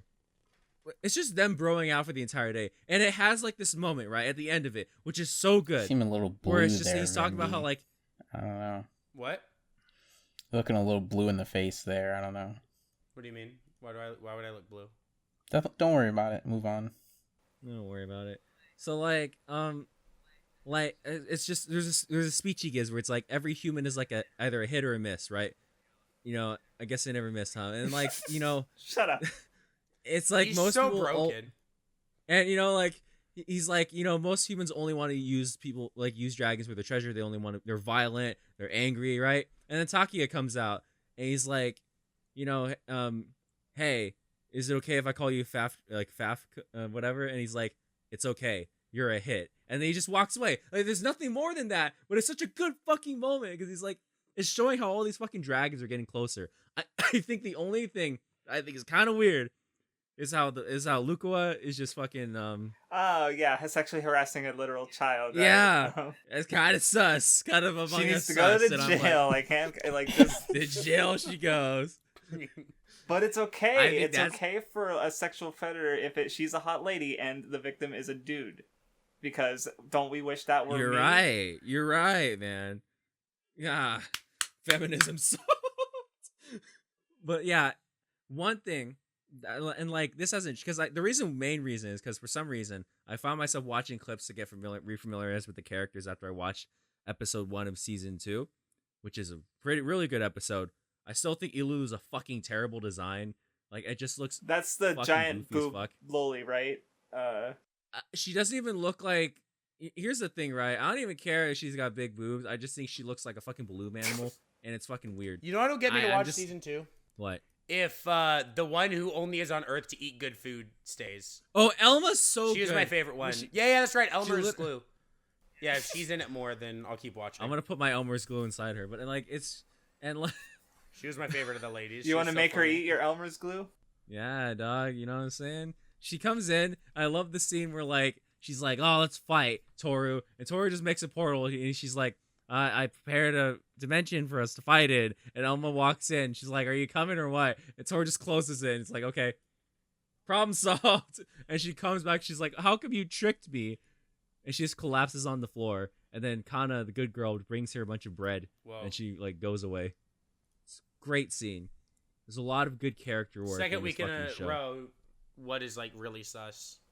Real quick, how does the opening of season 2? Have we seen it yet? Or because the It's really, really, really good. I don't know if because the thing is like, freaking Aozora no Rhapsody makes me fucking tear up a little bit, especially during the part where it shows like Toru looking at Kobayashi and then she runs towards her and hugs her. That part fucking. Well, gets you were me talking every about the show, and I remember the OP, and I was like, "That's a fucking like really visually good OP. Like, there's a lot of cool stuff there, and it's just very like I have barely I have not like barely thought about the show since I watched it, but like thinking about and again, I'm like remembering that OP, and it's still like in my head. Like I remember so much. I would of say it, the new opening. even though I haven't seen it. The new in opening years, the new opening is way more visually impressive. Holy shit! Okay. Which is actually a fucking feat of fucking like animation, if I'm being honest.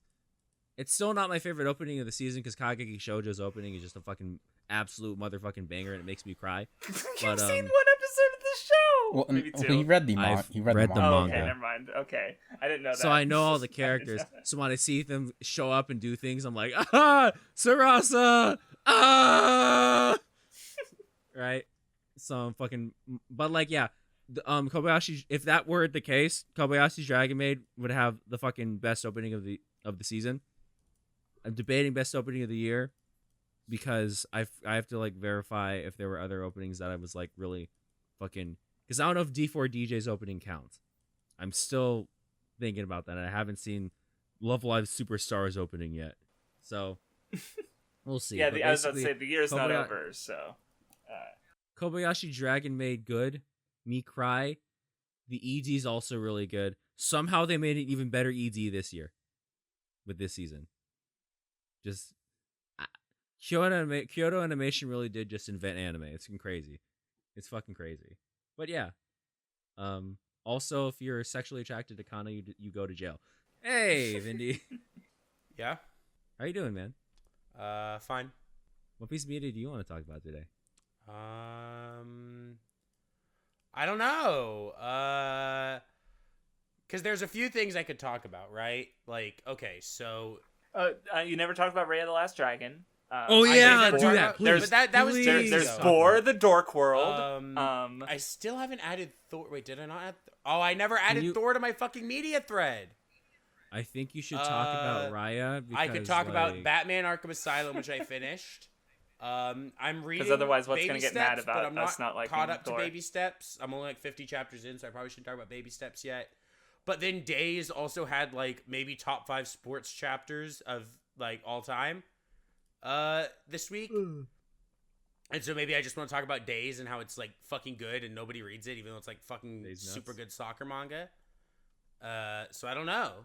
Days nuts. Bitch about Raya. Oh my god, fine.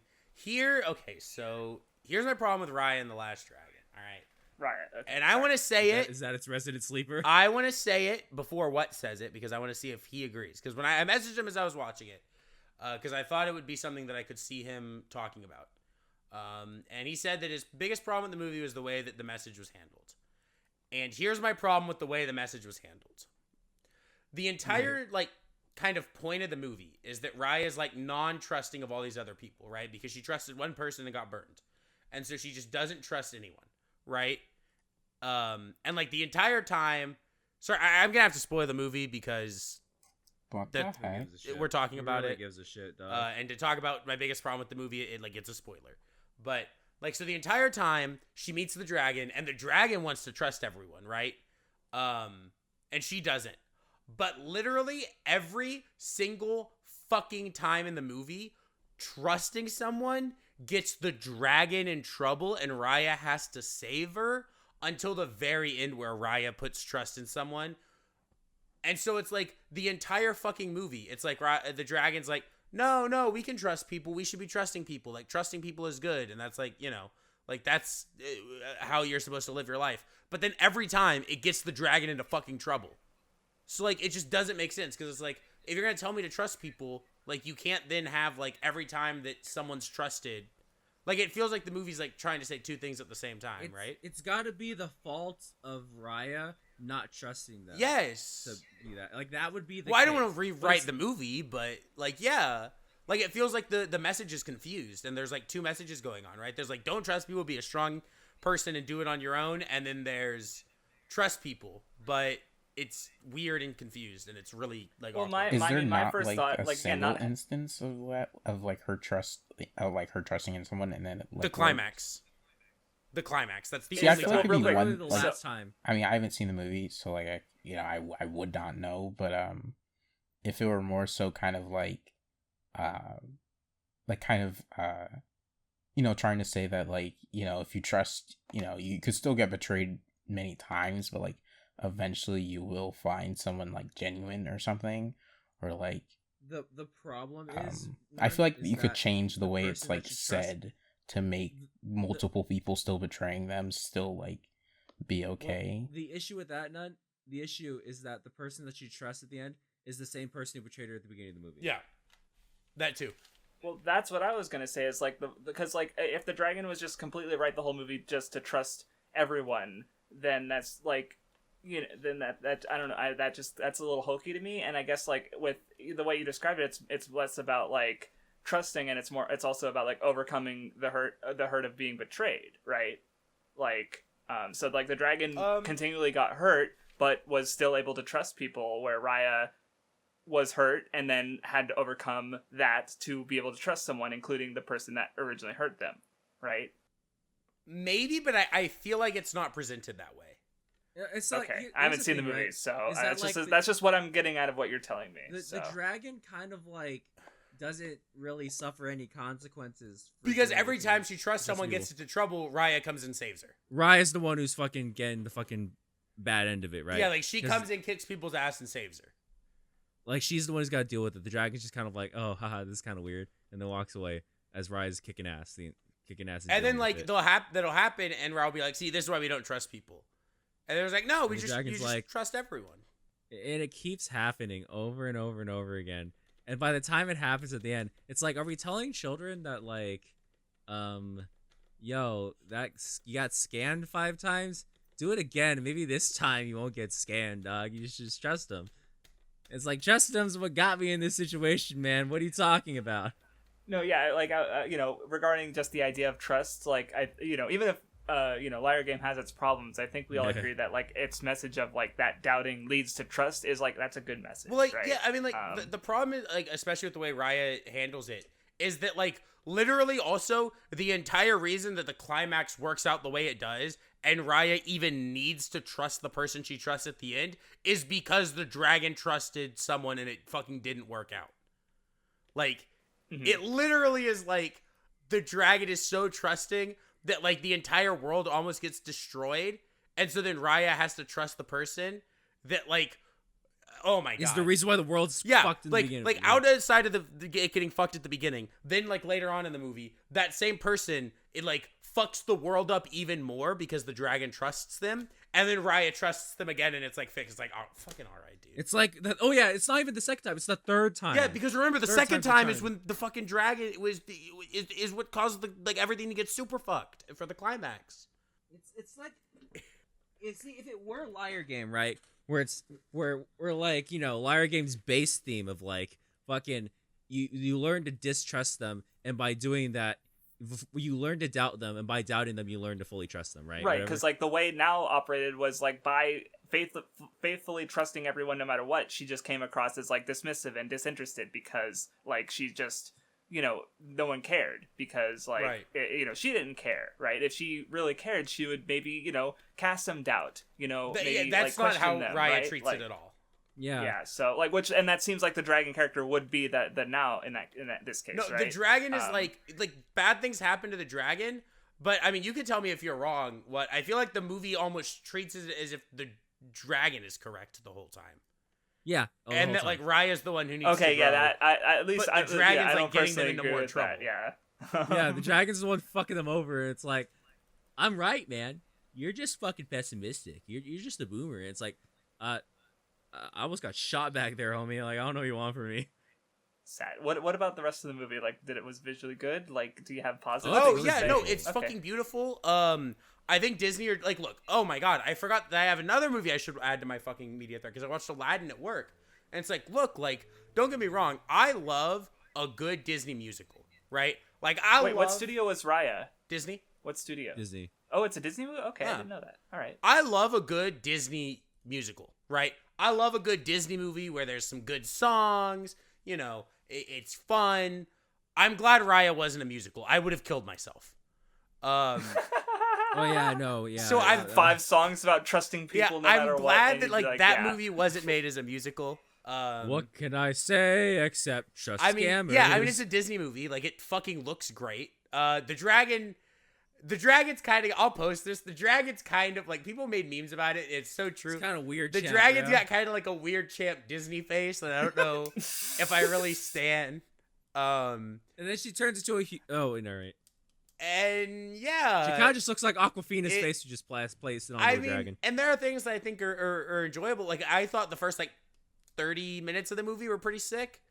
I really like the world that the movie's set in. Some of the areas that like they go to, some of the places are like super sick. Especially like they go to like this water merchant town that's like super pretty and like colorful and like super sick. Oh, the world design's really good. There's some interesting things about like the world design and how they named things certain places and stuff. It's all really cool. But just I think the movie didn't have a lot of impact. And like, I think that like not every movie has to have a lot of impact, but like especially with Disney movies, there's a lot of them where it's like I feel like they're like really sick, right? And I feel like this one was like not super sick. It's just Resident Sleeper, man. It's just like, Yeah. am I weird for thinking Aquafina was funny? Aquafina, the dragon Is the dragon? Yeah. I wasn't too into the dragon. I didn't think the dragon was that. I honestly kind of got annoyed by the dragon quite a bit. I thought there were some good, I thought there were some good physical gags with the dragon. But I thought I didn't like the dragon's voice. It isn't even like it's bad. It just I don't know. It was a little annoying for me at times. I forgot who I was talking to, but they were like, "Is it a recent Disney thing for the one character, like the mystical character, like the animal. No, that was just, me. Like, No. That was. Oh yeah, you said it to me. But And but like, I wasn't. Yo, I wasn't. did you watch Mulan, dog? No, I mean that's why I asked, right? Because I haven't seen a lot of those Disney movies. So I was like, because like and it was also like I haven't seen a lot of them since I was a kid. So as a kid, you don't notice it. But yeah, like I felt like especially the dragon was like would talk so modern at times that it was like throwing me off a little bit. Specifically the way that the dragon was talking. Because like I watched Aladdin, and I was like, yeah, like the genie's making like a lot of fucking like modern like references and jokes, but it still felt like it fit more in the movie. And the dragon sometimes I was like, what? I think though the issue is that we're viewing that from a perception of where that's nostalgic now. Right. And that's the thing. So it's hard for me to say. That's why I didn't bring it up, right? Like even though I thought it while I was watching, I didn't bring it up because I don't think I can bring it up. I'm not sure. I don't know if it's like necessarily a problem. There's a reason I didn't bring it up. Yeah. No, because like straight up Mushu's just freaking Eddie Murphy playing Eddie Murphy in that movie. It's Mulan be like, hey Mushu, why are you black? Here's the thing about the dragon, Raya the Last Dragon, Craftsdwarf. What? You don't understand. She could turn into a dragon. Fuck off! Alright, Vindy, did you have any more to say about the movie? No. It's fine. It had some good action scenes. I actually like some of the action in it. But yeah. It got Lindsay Ellis kicked off Twitter. Okay, you know what? I will say this. Lindsay Ellis kind of out of whack. Like she's kind of out of pocket saying what she said, I think. Like, I get why she said it, but I think she's kind of wrong. Well, I think we've talked about it, and you saw her video. Yeah, right, yeah, I where she did. talked I about did. that. Okay, And I think because she had a longer list than I get, but she doesn't watch a lot of anime. Yeah, right? and that's the thing is like it like it some of the things she was talking about is like I'm watching the movie. I'm like this doesn't feel that like the only thing that I could think maybe you could say feels similar to Avatar is that it has like different parts of the same like country that are all warring, but it's like, oh, you mean like one of the biggest parts of China's history? And Japan's of like the Three Kingdoms, or the Warring States period, right? Like, right. So it's like you can't like I can't even like watch this and be like, it's not even like a racist thing. It's just the fucking she hasn't watched a lot of it. Right. Yeah, that's it's the a thing. narrow No, I don't think view, Lindsay Ellis right? is racist. I just think she was wrong. I She was think out of pocket. I'm racist. Well, I know you're racist. I'm not racist. Who said that? You're a bird. I can tune into it whenever I want. All right. So a few weeks ago, a show ended that I was watching weekly from the beginning. It was called Aikatsu Planet. So yeah, the most recent entry in the Aikatsu franchise, of which I'm a fan of. That said, Aikatsu Planet. See, it's a really interesting premise. So basically, because it's actually live action for a lot of it, but then they go into Aikatsu Planet where they're basically it's basically VTubers is what how I sort of saw it, especially because like a lot of VTubers are idols, right? Because when an idol is someone playing a character for an audience to appeal to them, and so like VTubers being these fictionalized like anime characters is just a more exaggerated version of what idols already are. So like the fact that they're very much like hand in hand makes sense. And so here's Aikatsu, an idol anime, basically doing VTubers. Where basically the premise of this show is that Hana, who's a really popular Aikatsu idol, her actress Mesa just vanishes, and so the producer sees the main character, and she's reminded of Mesa when she was starting out, and so she basically scouts this random to be Hana, and she kind of like plays her own version of Hana, who's like different. And part of the show, she eventually has to like comes out publicly like that the original person is not there anymore.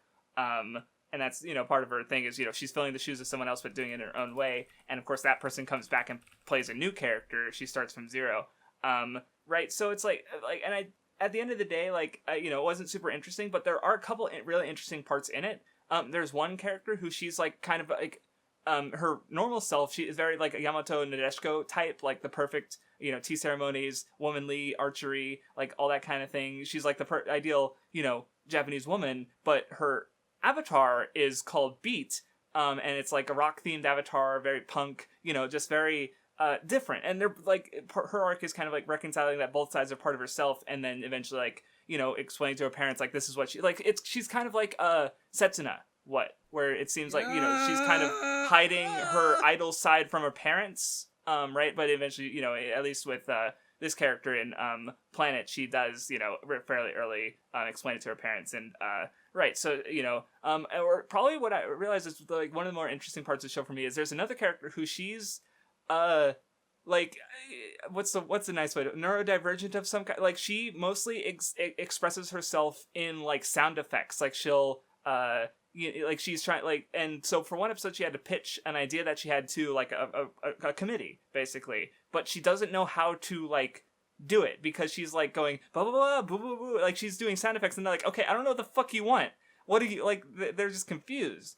But when she takes them to Aikatsu Planet and she's able to get help from her friends and express herself in this virtual environment where she's able to like do a sort of like more of a show and show what she wants better, she's able to get that across. And what I took from that is how, like, when you're online, you can express yourself in so many different ways. Like, you can on Discord, you can use emojis, you could put an image, right? Like, you can, online, people who have more trouble expressing themselves in person can do so better in these more virtual spaces. And that's kind of what I took from that character, right? Where it does some interesting things with the idea of having like the virtual idols, but they're real people. And so I did overall like the show, but like it's also my least favorite Aikatsu season. And like I think the reason for that is like it's just not as fun, I guess. Like it's kind of weird because, and maybe it's because like part of it's, no, it's not even that part of it's in live action, I guess, because it just feels like really flat. Like Vindy, right? Like when you're watching Aikatsu in an episode like fucking 12, Ichigo like she just goes to the mountains and chops down 100-foot like fucking pine tree. She climbs and brings a mountain it with home. her bare hands. Just and walks then, like up episode 2, she just free climbs a fucking 50-meter cliff. Here, I have a And it's screenshot like- of it. Hold on, let me go to my Aikatsu folder. Right, like like Aikatsu just has this wild shit happening all the time, and and it's really like fun and goofy, and there's so many good like facial expressions. Like it's very animated and cartoony. Aikatsu screenshots. Okay, there's this one just because it's funny. Here's her climbing the mountain. Her with the axe. Oh my god, there's the episode where Kaede becomes a fucking squid. There's one more I'm looking for. I won't be able to find it. Oh, here. Okay, here you go. So, I mean, Aikatsu is just fucking insane. Like, look at these. It's a psychopath show. I love it. Look at her as the squid. It's funny. She's with the best girl. No, it's all like I have so many screen caps because there's just so much like good shit and wild just moments and happenings, and like even the stuff you haven't seen, like the theme of this best friends cup is survival. Like what? A character in Aikatsu Friends becomes the Aikatsu Goodwill Ambassador. She gets into politics because of Aikatsu. It's so good. Like, I should get back to right. Aikatsu. It's so funny. There's so much good stuff there. But Aikatsu Planet, even though it does have this interesting premise, it just kind of doesn't do a lot of what I like about Aikatsu, which is kind of why it fell flat for me. Like, you know, in the real life stuff they can't do that much. You know, coronavirus happens, so it's not like they could, you know, like it was the last episode was actually kind of interesting because it showed behind the scenes stuff, and you get to see the protections they had for COVID during like the production process, which like the kind of masks the cameraman wore and stuff, like that kind of thing. So like which was interesting, but like the reason I say like, oh, it's not even like, I can't even blame the fact that it's live action, because like Zenkaiger, Kikai Sentai Zenkaiger is also airing right now, and that show is more cartoony and silly and goofy than Aikatsu Planet. Despite being even more live action in a sense, like with suit actors and stuff, of course, but Aikatsu Planet just kind of like misses out on what like one of the things I really like about Aikatsu, and the concepts aren't very like different. Like they're honestly, the concepts are all kind of the same, and especially like with Aikatsu on Parade, which was like the crossover season, like there's so many like interesting and fun and creative concerts in that season. So to go from that to Aikatsu Planet, where like, okay, every concert is like 2 people are dancing and they're having a, you know, it's like a competition, and then one of them like wins rock paper scissors, and they do a dress change. Their dress changes. They get a different dress like halfway through the performance, and that's it. Every single one goes like that. There's like there's almost no I don't even think there are any single maybe there's like one with like a single person or like a handful, and then there's the one at the end with all the 8 major characters. But it's like, yeah, it's just, you know, I liked it. I thought it was interesting at times, but overall it's just like, I don't know. I feel like there needs to be either some refinement if they want to come back to this idea of Aikatsu Planet, or you know, maybe they'll just go back to being all anime, and you know, it can go back to being like, because Aikatsu Stars, phenomenal, might be one of my favorite anime. Aikatsu Friends, almost as good, like holy shit. And of course, like the core season of Aikatsu, really fucking good. Aikatsu and Parade, really fun, and I liked it. And Aikatsu Planet, interesting ideas, but it didn't do nearly enough with them, and overall, it just doesn't have the appeal of Aikatsu for me. So yeah, unfortunate. Mm-hmm. But yeah, that's about all I wanted to say about it. Mm-hmm. Mm-hmm. So yeah, that about covers the episode, as usual. So yeah, thank you for listening, and we will see you next time. Give us money on I hate Patreon. all of you. Give us money. I'm Yeah. God, what, and I know what to do. All right, adios, gentlemen. Love y'all.